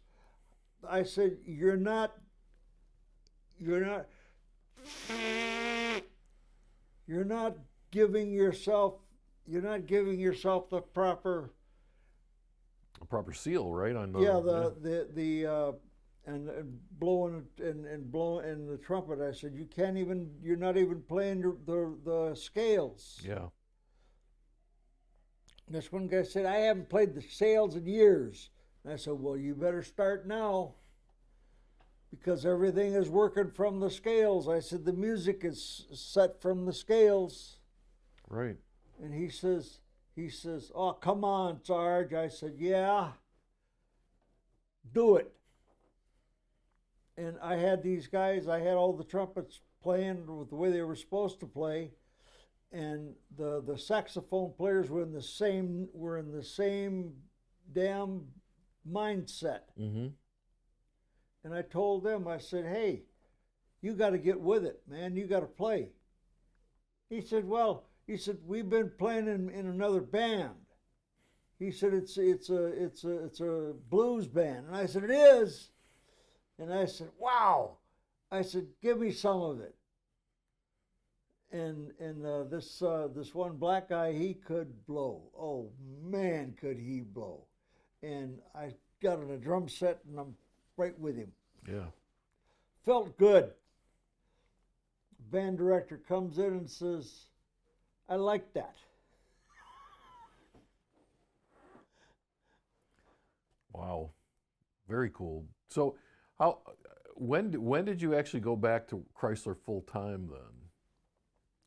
I did when I did 21 years. I got retired. The Army retired me. Right. I was at Fort Benning, Georgia, and the command sergeant major and this colonel came in, and this captain came in, and he said, Sergeant Little, he said, you're retired as of right now. I had 15 guys in the office. We were doing crypto, And I stopped and I said, do you have your, do you have top secret clearance? And there was only one man, the captain had top secret clearance. I said, the other people have to wait outside. And I came out on the porch with them, and they said, I'm a colonel. I said, don't care. Right. It has to be. And I said, this is crypto. It's top secret. He said, well, I said, yes, sir. This major was standing there. She was a woman. And she said, you're telling me that I have to have top secret clearance? And I said, yes, ma'am. It is what it is. You got to have the right clearance to do the work, to see what's going on. And she said, and we're going to retire you. And I said, well, that's what's happening. I'm going back to Chrysler. And I did. I went back to Chrysler. I walked in Chrysler civilian clothes. I still have my combat boots. Right, right. So this would have been what, like 1973 then? Yeah. Okay, 1973. About then. Yeah, so you go back to Chrysler, you're married. Did you have any children at this time? Yeah, we had Kathy and Libby. Audrey had Kathy and Libby, and then 11 years later, she had Bobby. Mm-hmm. And he is the one that you'll see here. He's in his 40s now. Okay. And and I had to teach him how to fight, because the kids at my Audrey didn't want him to fight and told him, don't you fight with anybody. And he was getting his butt kicked. Yeah. And I took him down the basement and I showed him certain moves, certain stances, and which way to block and which way to how to stop somebody from hitting him. And he had a broken nose, and he was still getting hit in the nose. Yeah. And I said, hit him hard. And we had a bag, and I wrapped his hands. I had my hands wrapped. Mm-hmm. And we're punching. I'm teaching him how to punch. And I taught him, I said, when the guy is coming at you, and I swung at him and I said, he came up and he blocked my arm. I said, yes, that's what you got to do with them. Mm-hmm. You have to look at them. You don't close your eyes. That's what he was doing. Right. And he was getting clobbered. I said, you have to have your eyes open. You have to look at your opponent. And I said, and knock the hell out of him. I said, if you have to, hit him in the temple. Yeah. That'll knock them down. I said, hit them upside the head. Hit them in their face. Hit them in their nose. Break their nose. I said, hit them in their jaw. Hit them in the jaw. It changes the attitude of the chin. Right. So you have to knock it over. And I said, 9 times out of 10, that'll knock them out. And I said, you have to hit them hard. It's not just, you have to hit them as hard as you could possibly swing. You block with both arms. And he said, Bobby, and my wife comes downstairs, she says, what are you teaching him? I said, I'm teaching him to defend himself. He's getting his butt kicked at school. And she said, no, he isn't. He turns around and she looked at him, and it's the first time she saw both his eyes being black. Yeah. And his cheeks were swelled. And I said, you like this? And she said, no, I don't. I'll go and talk to the principal. I said, that ain't gonna get it. I'm going to teach him how to defend himself and how to make them bleed. 4 guys. These 4 guys. And he beat them all. Took your lessons to heart. So what are your, I want to talk a little bit about your family. What do your daughters do? Where are they at today? Libby is working in a dentist's office. She makes the false teeth. Okay. She does she makes the false teeth. Yeah, the dentures. She works on the dentures. Yeah, okay. The upper and lowers. Yeah. What does your other daughter do? And my other daughter is a executive secretary for she was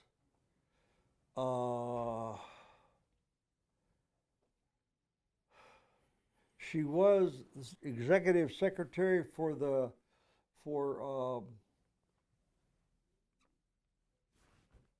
where my aunt worked. Okay. Yeah, we don't have to talk about what business, but she was an executive secretary. It's off of it's in Detroit, and it's where all the tall buildings are. Oh, okay. Like the Renaissance Center area? Yeah. Yeah, okay. Yeah. The tall buildings Yeah. there, the white building. Mm-hmm. She was on the top floor. Okay. And she did not like, I had my son, both my sons, Kenny was here, Bobby's here. Mm-hmm. and we came up, we were not in suits. Oh. And my daughter is sitting there and she says, "Get out of this office. You're not dressed properly." And I said, "We're dressed." She said, "You're not dressed properly, Dad. I'll see you at home." I said, "Okay." Dismissed. And then what about your son then? What is he doing today? Bobby is going through training to be a pilot. Okay. And my other son, Kenny, is in prison right now. So how long is he in for then? He's in. Well, it's if he gets out within the next 2 years. Mm-hmm. If he doesn't get out, it's going to be 15 years. Okay. Well, let's go back then and talk a little bit about. So you were married for 17 years to your first wife. Yep. And she passed away with bone marrow cancer. Okay. She was in charge of the neonatal care at St. John Hospital. Mm-hmm. They're on Moross. And she would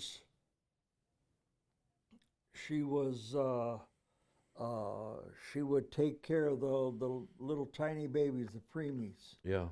She'd take them down to X-ray, and she'd hold their hands and their feet and hands, and have the babies hold on to her fingers, Mm-hmm.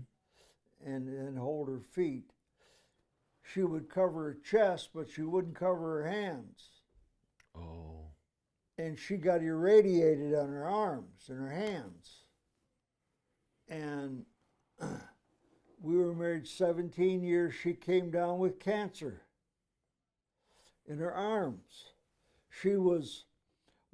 Every Thanksgiving, we would drive to New Jersey to her parents' house, and they would come to here at Christmas time. Yeah. And Easter time. And they'd be with us that time. And it was always a good time. Yeah. Ellen's were he was a very strong-minded person, and he didn't appreciate the fact that I was a ranger. Mm-hmm. Because the people that he worked with had sons that were rangers, and they're all in prison. Yeah. because they got into fights with people and they used what they had learned being a ranger. Mm-hmm. I don't get in fights. Right. I don't. I have. Yeah, it's better to avoid them if you can. Sure. I was only in one fight, and it was here, Oh, the A building, and all I did was just block the punches. I didn't go into anything. yeah. So let me ask you this: what did you work the line at Chrysler then? Your 44 years that you were there? I started off as a press operator, Uh-huh. and I went. I was 2 years. My first 2 years, I got called out because I was in the reserves, Right. and we went back to Vietnam. So I came back from Vietnam, and I was on afternoons, and I got home early in the morning, and I was still in BDUs. So I went to Chrysler in the BDUs, jump boots, Yeah. and they didn't. The boss didn't like that. He said, "I was in the Army," and he said, "I never came in here with the uniform on." And I said, "I'm not hurting you." I said, "I'm not hurting anybody. I'm not gonna be hurting anybody."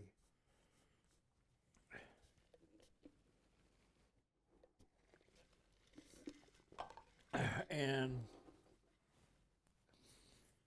the general foreman came up beside me, and I just automatically went to an attention, and he said, "I want you to be a foreman."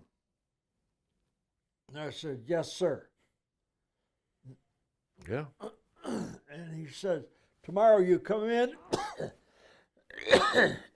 he says, "with black pants, white shirt, black tie." I said, "Yes, sir." And I look over at my foreman, who was his last name was Green, was Jim Green.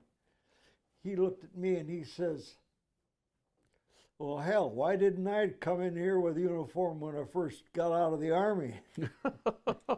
Maybe it wasn't such a bad idea after all. And and this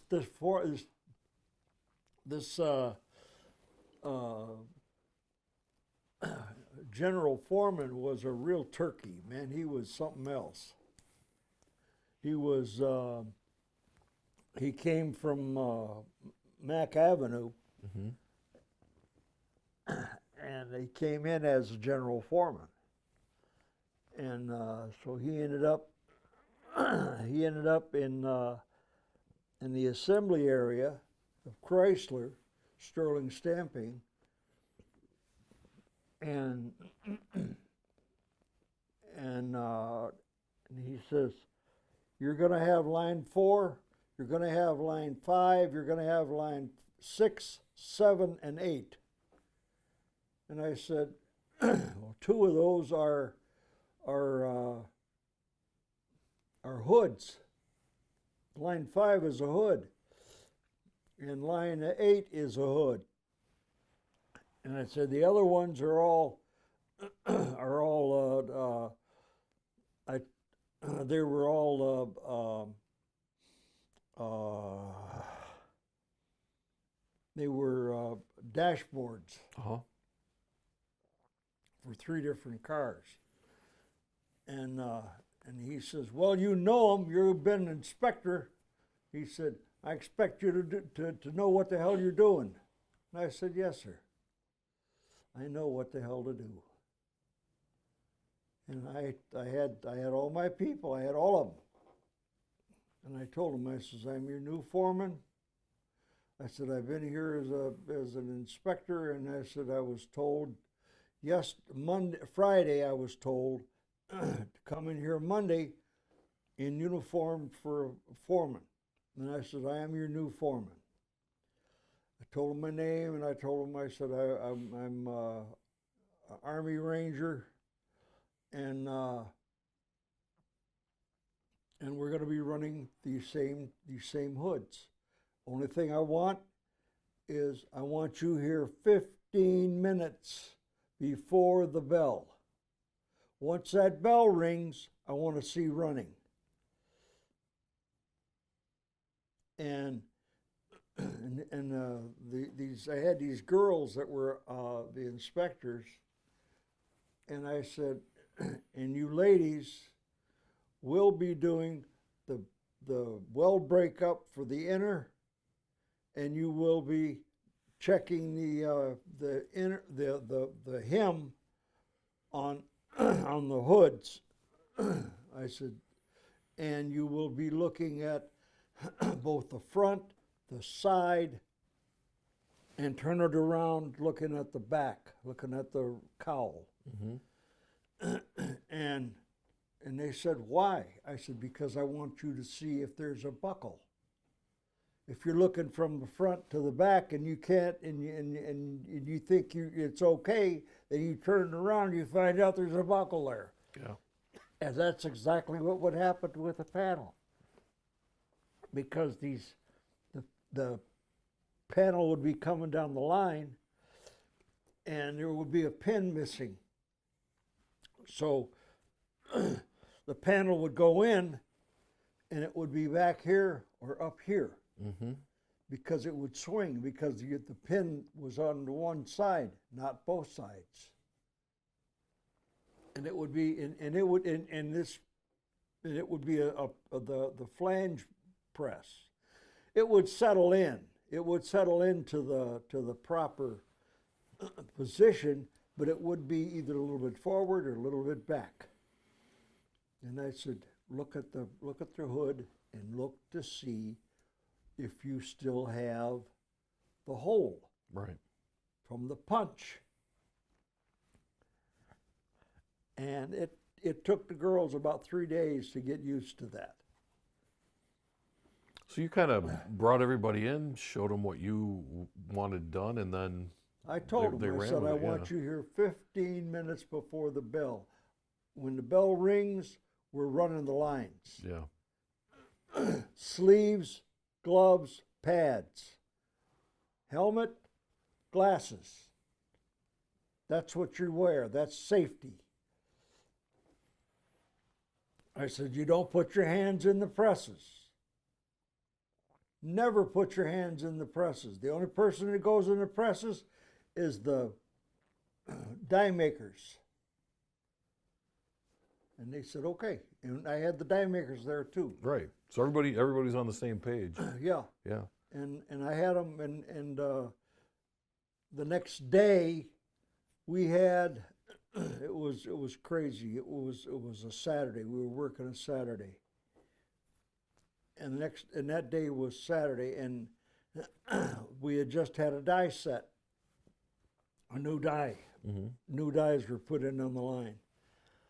And I walk up to the press, and I'm looking at the press, and I'm looking at it, and I'm seeing there's 2 bolts in the front, 1 bolt on the side, 1 bolt on the other side, no bolts on the back of the die for the upper section. Mm-hmm. And I said, don't run the line. Stand away from the line. I told the die maker, I said, you better call the people that put these dies in. There's not enough bolts on it. There's no bolts on the bottom. No bolts on any of it on the bottom. We're supposed to have 6 bolts on the sides and 4 bolts on the front and rear. Mm-hmm. And I couldn't run the line. I had three presses with dies that weren't properly fitted. And the general foreman comes up and he says, "Why isn't this line running?" I said, "Because there's no bolts in the presses, in the dies." And he looked at me and he said, "What do you mean there's no bolts in there?" He says, "I can see the bolt." He looked and he says, "There's supposed to be 4 bolts." I said, "Yeah, there's only 1, isn't there? The other die, it's only 2." And I said, "And on the bottom, there's no bolts on the bottom press." And he said, "Okay, I don't want these people standing. Put them over on the other line that's being put in now. Just have them stand over there, and then when it's ready to run, put them on there." And I said, "Okay." So I had the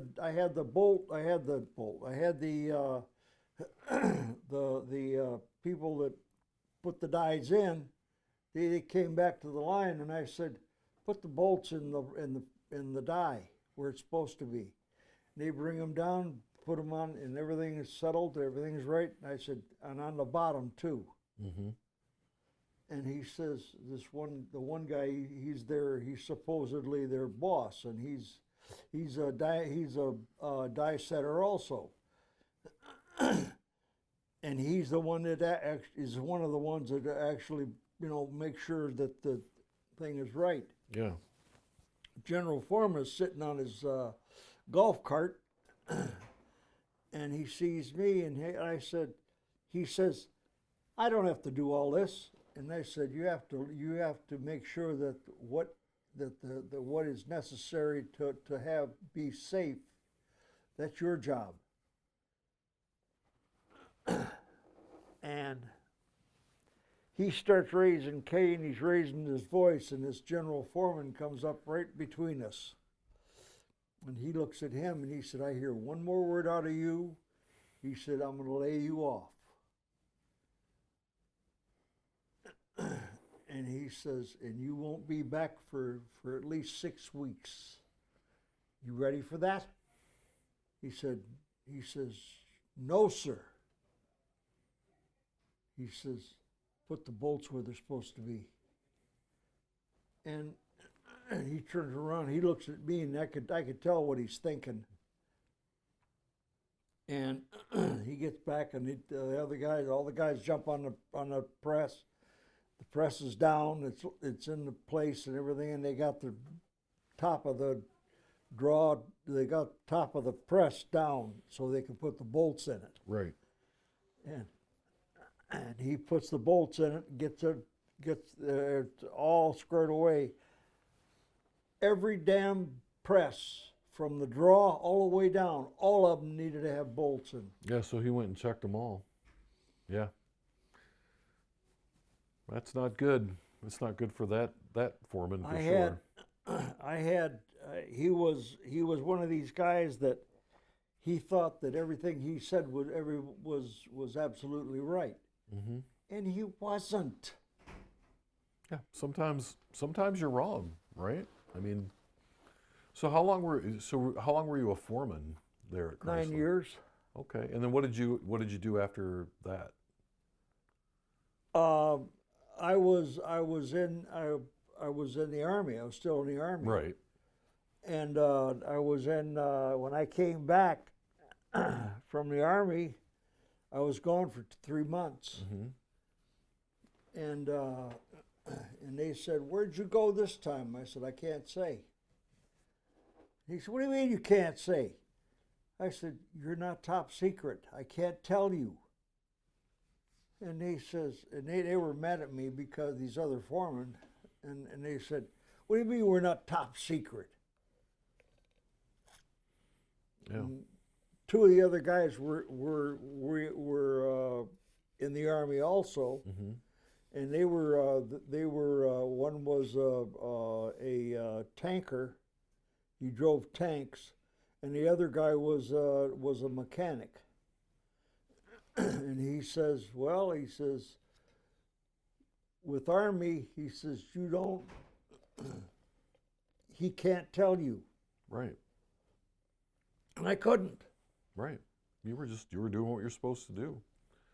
So you So you came back. Then once you were completely retired from the Army, um, you were a foreman at one point. You kind of go through your I career. came back in, and when I was laid off, I came back in as an inspector, Okay. and I worked 3 years as an inspector, Hmm. and I had to literally teach inspectors how to be inspectors, and I wasn't a foreman, Right. but they looked at me as a foreman. Okay. So you worked the line, then you were an inspector, then you were a foreman. No, Or you were I was a press operator, right. and I went from being a press operator to a team leader. Okay. I had 4 lines, and they were all hoods, and I had the B body hood was on line 5. The C body hood was on line 7, and then it went way down to 15, and the last one was on 31. Hmm. And that was the Chrysler, hood. Okay. That was like it was as long as that couch. Yeah. Yeah. They were big cars back in the day. That's for Yeah. sure. That's for sure. So during this time though, you're working at Chrysler, and then your first wife passes away. Yeah, she Um, had cancer. Right. And you, so I noticed. 6 years after that, now I had a band. Hmm. I had the Midnight Special Band. It was at first it was called a Blue Ridge Band, and we were playing the Midnight Special, and and I said, and me and the piano player John Addis, I said, we need to change the name of the band. I said, to this song, and he said, I agree, because we do more rock and roll than we do country. Right. And I said, yeah, and we also play jazz. We also play big band, because I brought in the books. Yeah. And he didn't like reading the music, but when he found out that it was all set up, that he was reading Count Basie, and he was reading other big name. He knew the names of the people. He didn't know what band they were with, and then he found out what band they were with, and he started reading the music, and all of us were reading the music. Hmm. And the bass man, he was just enjoying the hell out of it. And we were doing the big band music, because when we went to the VFWs, they were older men, older women. That's what they wanted to dance with. They wanted to hear music that they knew. Yeah. Yeah. Of course. And that's what we did. Okay. So, And so how long were you in that band for? I had that band for 50 years. Wow. Okay. And the piano player, John Addis, he passed out on stage. We were playing at Penna's Hmm. over here on Van Dyke, the restaurant, the big hall. Yeah. We had I got the EMS to come in and take him, and took him, and 3 weeks later he passed away. Wow. So what year was this that happened? That was 86, I Okay. think. Okay. I think it was 86. I'm not sure. Right. And I tried to get, I went through about 7 piano players to play with us. And they could play some of it, but they couldn't play all of it. Mm-hmm. They couldn't read music. they were playing piano by ear, Right. and I didn't like it. I told him, I said, "Why can't you read music? You're a piano player." He said, "I've always been able to do the music, you know. I listen to it on the radio and I can play it." And Yeah. So in between all of this, though, you got remarried. Is that true? Okay. yeah, I got married to Dominica. Okay. She was Italian, and she was an American Italian. She was born in Sicily. Mm-hmm. Now, were all four of your children with your first wife, or did you have a child with your second wife too? We had two children. Mamie and I had two children, Okay. and that was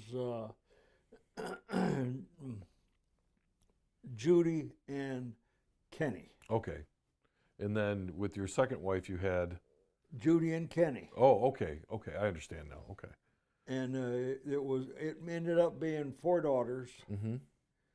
and I had three, well, seven kids all told. Okay. You know, seven. Yeah, all together with both wives.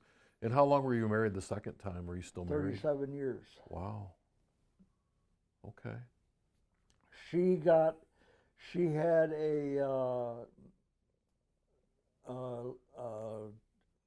Mamie, that was her Kind of her nickname, what you called nickname. her? Yeah. You know, she had a brain tumor, Mm-hmm. and that's what took her. Okay. The last 8 years that we were married, I had to take care of her. I was retired by then, Right. and I couldn't leave her alone. No.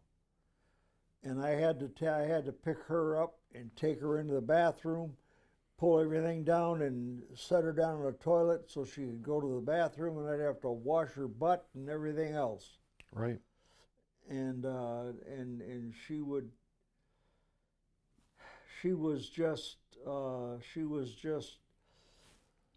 she did not like it. She didn't like me doing that and my daughters would come in and they'd say, "Papa, what are you doing?" And I'd say, "I'm taking care of my wife." "What?" Yeah. And she said, and Mamie couldn't talk because the brain tumor. She could talk to a certain extent, Yeah. but she couldn't form a sentence. And most of the time it came out cuss words. Oh boy. And she never cussed before then. Right. Well, that'll do things to your brain, though. Yeah, I mean, and it was, and I took her to the hospital the last time, and I picked her up out of the car, Mm-hmm. and I took her in. I carried her in, and the nurses there, I put her on the gurney, and they covered her up. And I said, "She has a brain tumor," and I said, "She's not herself right now." And she never came out of it. Yeah. It was 2 weeks she was in the hospital, and she never came out of it. She'd wake up like she was gonna get out of bed, and she had those alarms on the bed, you know. Yeah. And just so happened that when that happened, I was there, and I'd walk in and I'd catch her, Mm-hmm. trying to get out of bed. And she said, "I just want to go to the bathroom." And I'd just carry her into the bathroom, lift her gown up and set her down, and she would go. And I'd make sure she was clean. And these nurses, they said, "No husband has done this." And I said, "Well, I'm her husband." Yeah. You were a good husband. You were with her right through all of it. All of it. Yeah. When did she pass away? What year was that? This is 2025. Yeah. She passed away in passed away in 2005. So 20 years ago. Okay. Yeah, And then how long have you been here at the Veterans Home here in Michigan? about 3 weeks. Oh, so you just moved in. Yeah. Okay. So in that 20 years, I'm assuming that's when were you still playing in bands and Yeah. doing your thing? Yeah. All right, that's very cool. I didn't have John, Uh-huh. but I had other piano players that were not anywhere near what John was playing. And isn't that difficult when you find the one and then you have to find somebody else? No one can ever compare. There's no comparison. Right. And we had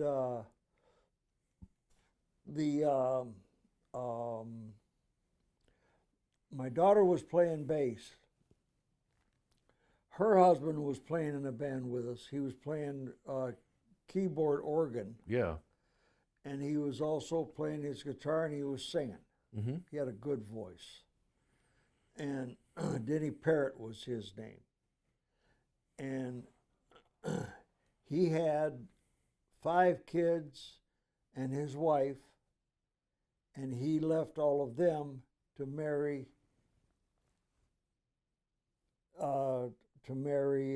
Joni. And I said, Denny, I said, don't you think you should stay with your children and with your wife?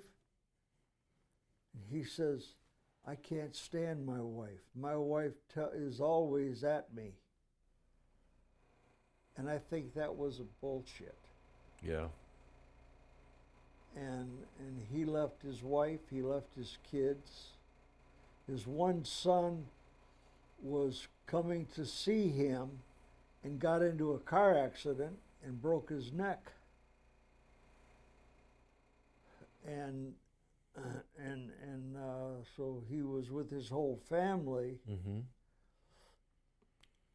And he introduced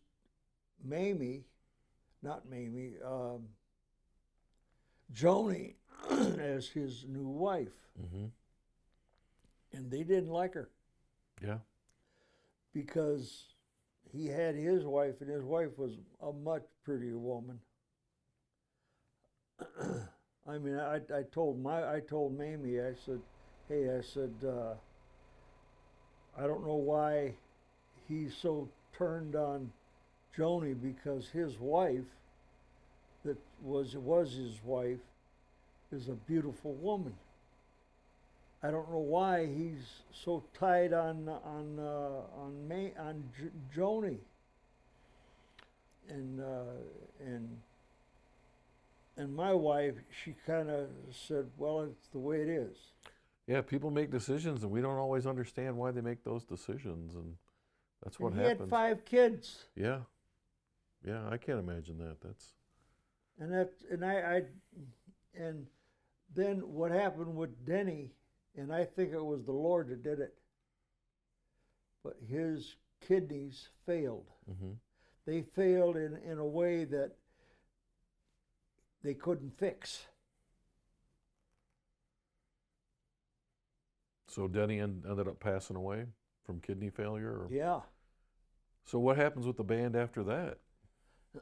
Well, I didn't have John, and Joni, her son, Billy, was married. My son, Kenny, was in the wedding. He was his best man, because they were good friends. Yeah. And they were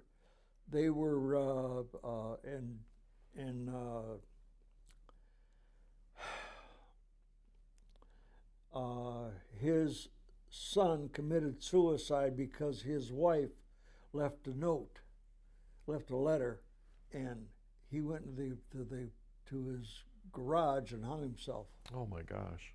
So she had Denny dying on 3 months before, Mm-hmm. and then here is Billy committing suicide, and she found him in the garage. Yeah. And she called the EMS to come and help him, and they said that when they got him off of the rafter, he was they had him in the gurney, and they had him covered up. Right. And she said, "Well, can't you help him? Can't you get it?" And they said, "He is gone." Mm-hmm. He had the rope. You could see the rope impression, the bruising on his neck, Yeah. and it was just It's terrible. the whole thing. She couldn't play anymore. She Yeah. couldn't sing. She'd start singing the song that, and she'd start crying on stage. And I had to get another bass person. Mm-hmm. And I had to go. I went through 5 bass people. We finally got another woman that could play bass as well as Joni, Mm-hmm. but she couldn't sing worth a hoot. So now you need a singer. She could play bass like crazy, but she never sang. Right. And the piano player, I said, "Come here, I want you to sing this song." And I said, "It's," I said, "See if you could sing it." And it was a popular song that had been out since the 50s, Uh-huh. and she Just couldn't do it, huh? couldn't do it. Yeah. And I said, "Why are you not? You could play the bass like hell, but why can't you sing like hell?" And she said, "I've never sang." Yeah. I'll tell you what, I can play the guitar, but I can't sing. I can't hold a tune in a bucket, but I can play the guitar. So I get it. like that's got to be frustrating for her, but no one wants to hear me sing either. So I totally get that. But so you end up getting the band back together? I mean, did you finally get it all put back together? I got it back to a certain point. Yeah. There was a lot of songs that we could not play because the piano player couldn't read music. Right. And this other person that was playing bass, she couldn't read music, but she could sing.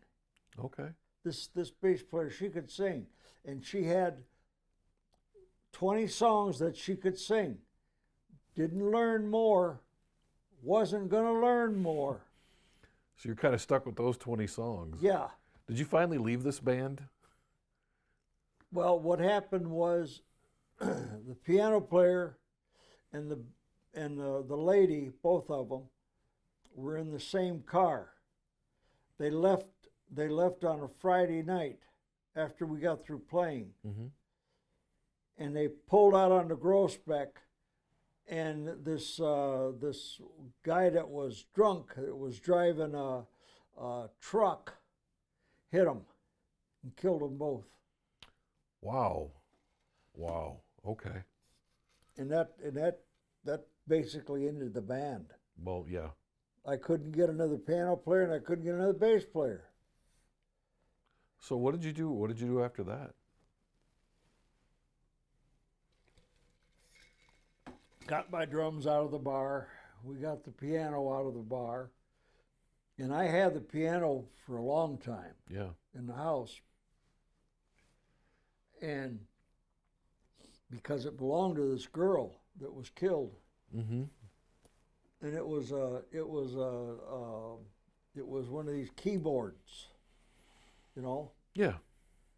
And it was a good one. Mm-hmm. Very good. And her husband finally showed up at the house, and he said, "Yeah, I want to get the piano." He said it was in the house all the time, and I just can't seem to not want. I was wondering where it was, and then I remember you said that you had it. And I said, "Yeah, I kept it because I didn't want it to be destroyed or stolen." Right. And so I didn't have it plugged in. Everything was where it was supposed to be. I helped him carry out to his van, and we put it in the back of his van, and he had and he said, "Hey," he says, "I have not been able to figure out what to do with my wife, about my wife." I said, "What do you mean? Isn't we went to the funeral? Yeah. I went to the funeral." I said, "Didn't you bury her?" And he says, "She is cremated. They took her from the funeral home and cremated her." Mm-hmm. And I said, "Yeah." And he said, "I have her ashes at home. They're in a jar. They're in a nice jar." He says, "I'm not going to put her in the ground because I can talk to her." Yeah. I said, "Yeah, okay. That's okay." Now, I didn't say anything against him. Yeah. He was a guy that was in love with her, and that was it. And I said, here's the gave him the piano, because that was their piano in the first place. It was a keyboard. Mm-hmm. It was in a case. It was about as long as that. This table here, though. Yeah, the table. Yeah, the coffee table. And she was good. Mm-hmm. She was excellent. She played in church, and she didn't like playing in church because they always played the same. She said they always played the same songs. Yeah. It was they wanted to play this song and then that song and then this song, depending on what he was preaching. Mm-hmm. Is how the choir director went, and it was always the same songs. Right. I went to that church, and they still do it the same way. Some things will never change. They'll never change. So you this band is done. I mean, it sounds like a lot of bad luck for some people there, really. Yeah. If you think about it, and so did you go to another band? Did you form another band? Did you just stop doing? I tried to form another band, but I couldn't find people that could play and sing. That's the thing. I had people that could play bass and play guitar. The name of the band was the Midnight Special. The Midnight Special. I had it for 50 years. We played in 6 states. That's a long time, and that's a lot of places to play. I bet you had a great time. Oh, we had a great time. We always had I had full confidence in my band. Mm-hmm. Everybody sang. I had this young lady that was playing saxophone, tenor sax, alto sax, baritone sax, and flute. She was a flautist, and she could sing. I mean, we were singing harmony. She and I sang harmony together. Mm-hmm. And I hated the fact that she was leaving my band. And I told her that. I said, I said, "I can't pay you more than anybody else, because everybody gets paid the same." I didn't get any extra money because I was the leader of the band. I didn't do that. Everybody got the same. Yeah. And I said, and she said, "Well, I want to go to Memphis and see if I can get a job as a studio musician in a recording studio."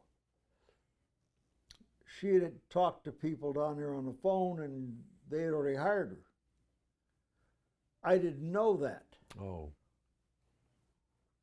And she said, "Well, she's going down there. She and her husband they're taking her kids and going to Memphis." That's where she went. And that's what she's doing now. That's amazing. I get a Christmas card from her and a card at Easter time and I went down there myself and I stopped at their house. They had a beautiful home. Her husband is an engineer. He's working in a factory down there as a plant manager. And he's making big money. And she is working in this studio. Living out her dream, it sounds like. And I went in the studio with her, and I met the people that she was playing with. I played drums on a song that they were practicing, and they said, "Why aren't you down here?" And I said, "Hey," I said, "I live up in Michigan." I said, "That's where all my family is." Yeah. I said, "I'd love to be down here. I love the South." I said, "I'm from Tennessee. Sparta, Tennessee is where I'm from. That's where I was born." That's what your birth certificate says anyway. Yeah, that's what the first. One or two of them birth certificates Yeah. anyway. I got both of them. Well, Rich, with that, I mean, you've lived a full life. You've done a lot of things. You've had family, you've had friends, you've played music. You've been inspirational for people. You've taught people what they, how to do things maybe the right way sometimes. And like all of us, you probably made your own mistakes. Oh yeah. But as we kind of wrap up our conversation today, I always ask people the same question, and the question is, when someone listens to this story years from now, what lesson do you want for them to take away from how you've lived your life and from our conversation today? That I'm honest. I didn't embellish anything. I told you the truth, Mm-hmm. and that's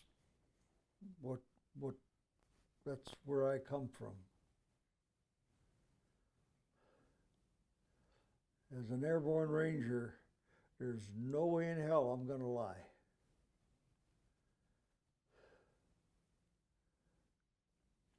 Do you think that being honest and truthful is maybe how people should be living their lives then? I hope. Yeah. If they don't, they're gonna have a big time trouble when they go see the Lord. Well, that's true. All right. Well, thank you for sitting here with me all afternoon. It's been great to get to know you. I really appreciate the fact that you would sit here and talk to me about your life. Well, I've never done that before. I can't say anything about Vietnam because you don't have a top secret clearance. That's right. I'm going to have to go get one because I want to hear those stories. Thank you for watching the story of one of our nation's heroes on Veterans Archives, where your story matters. We are dedicated to preserving these stories for future generations.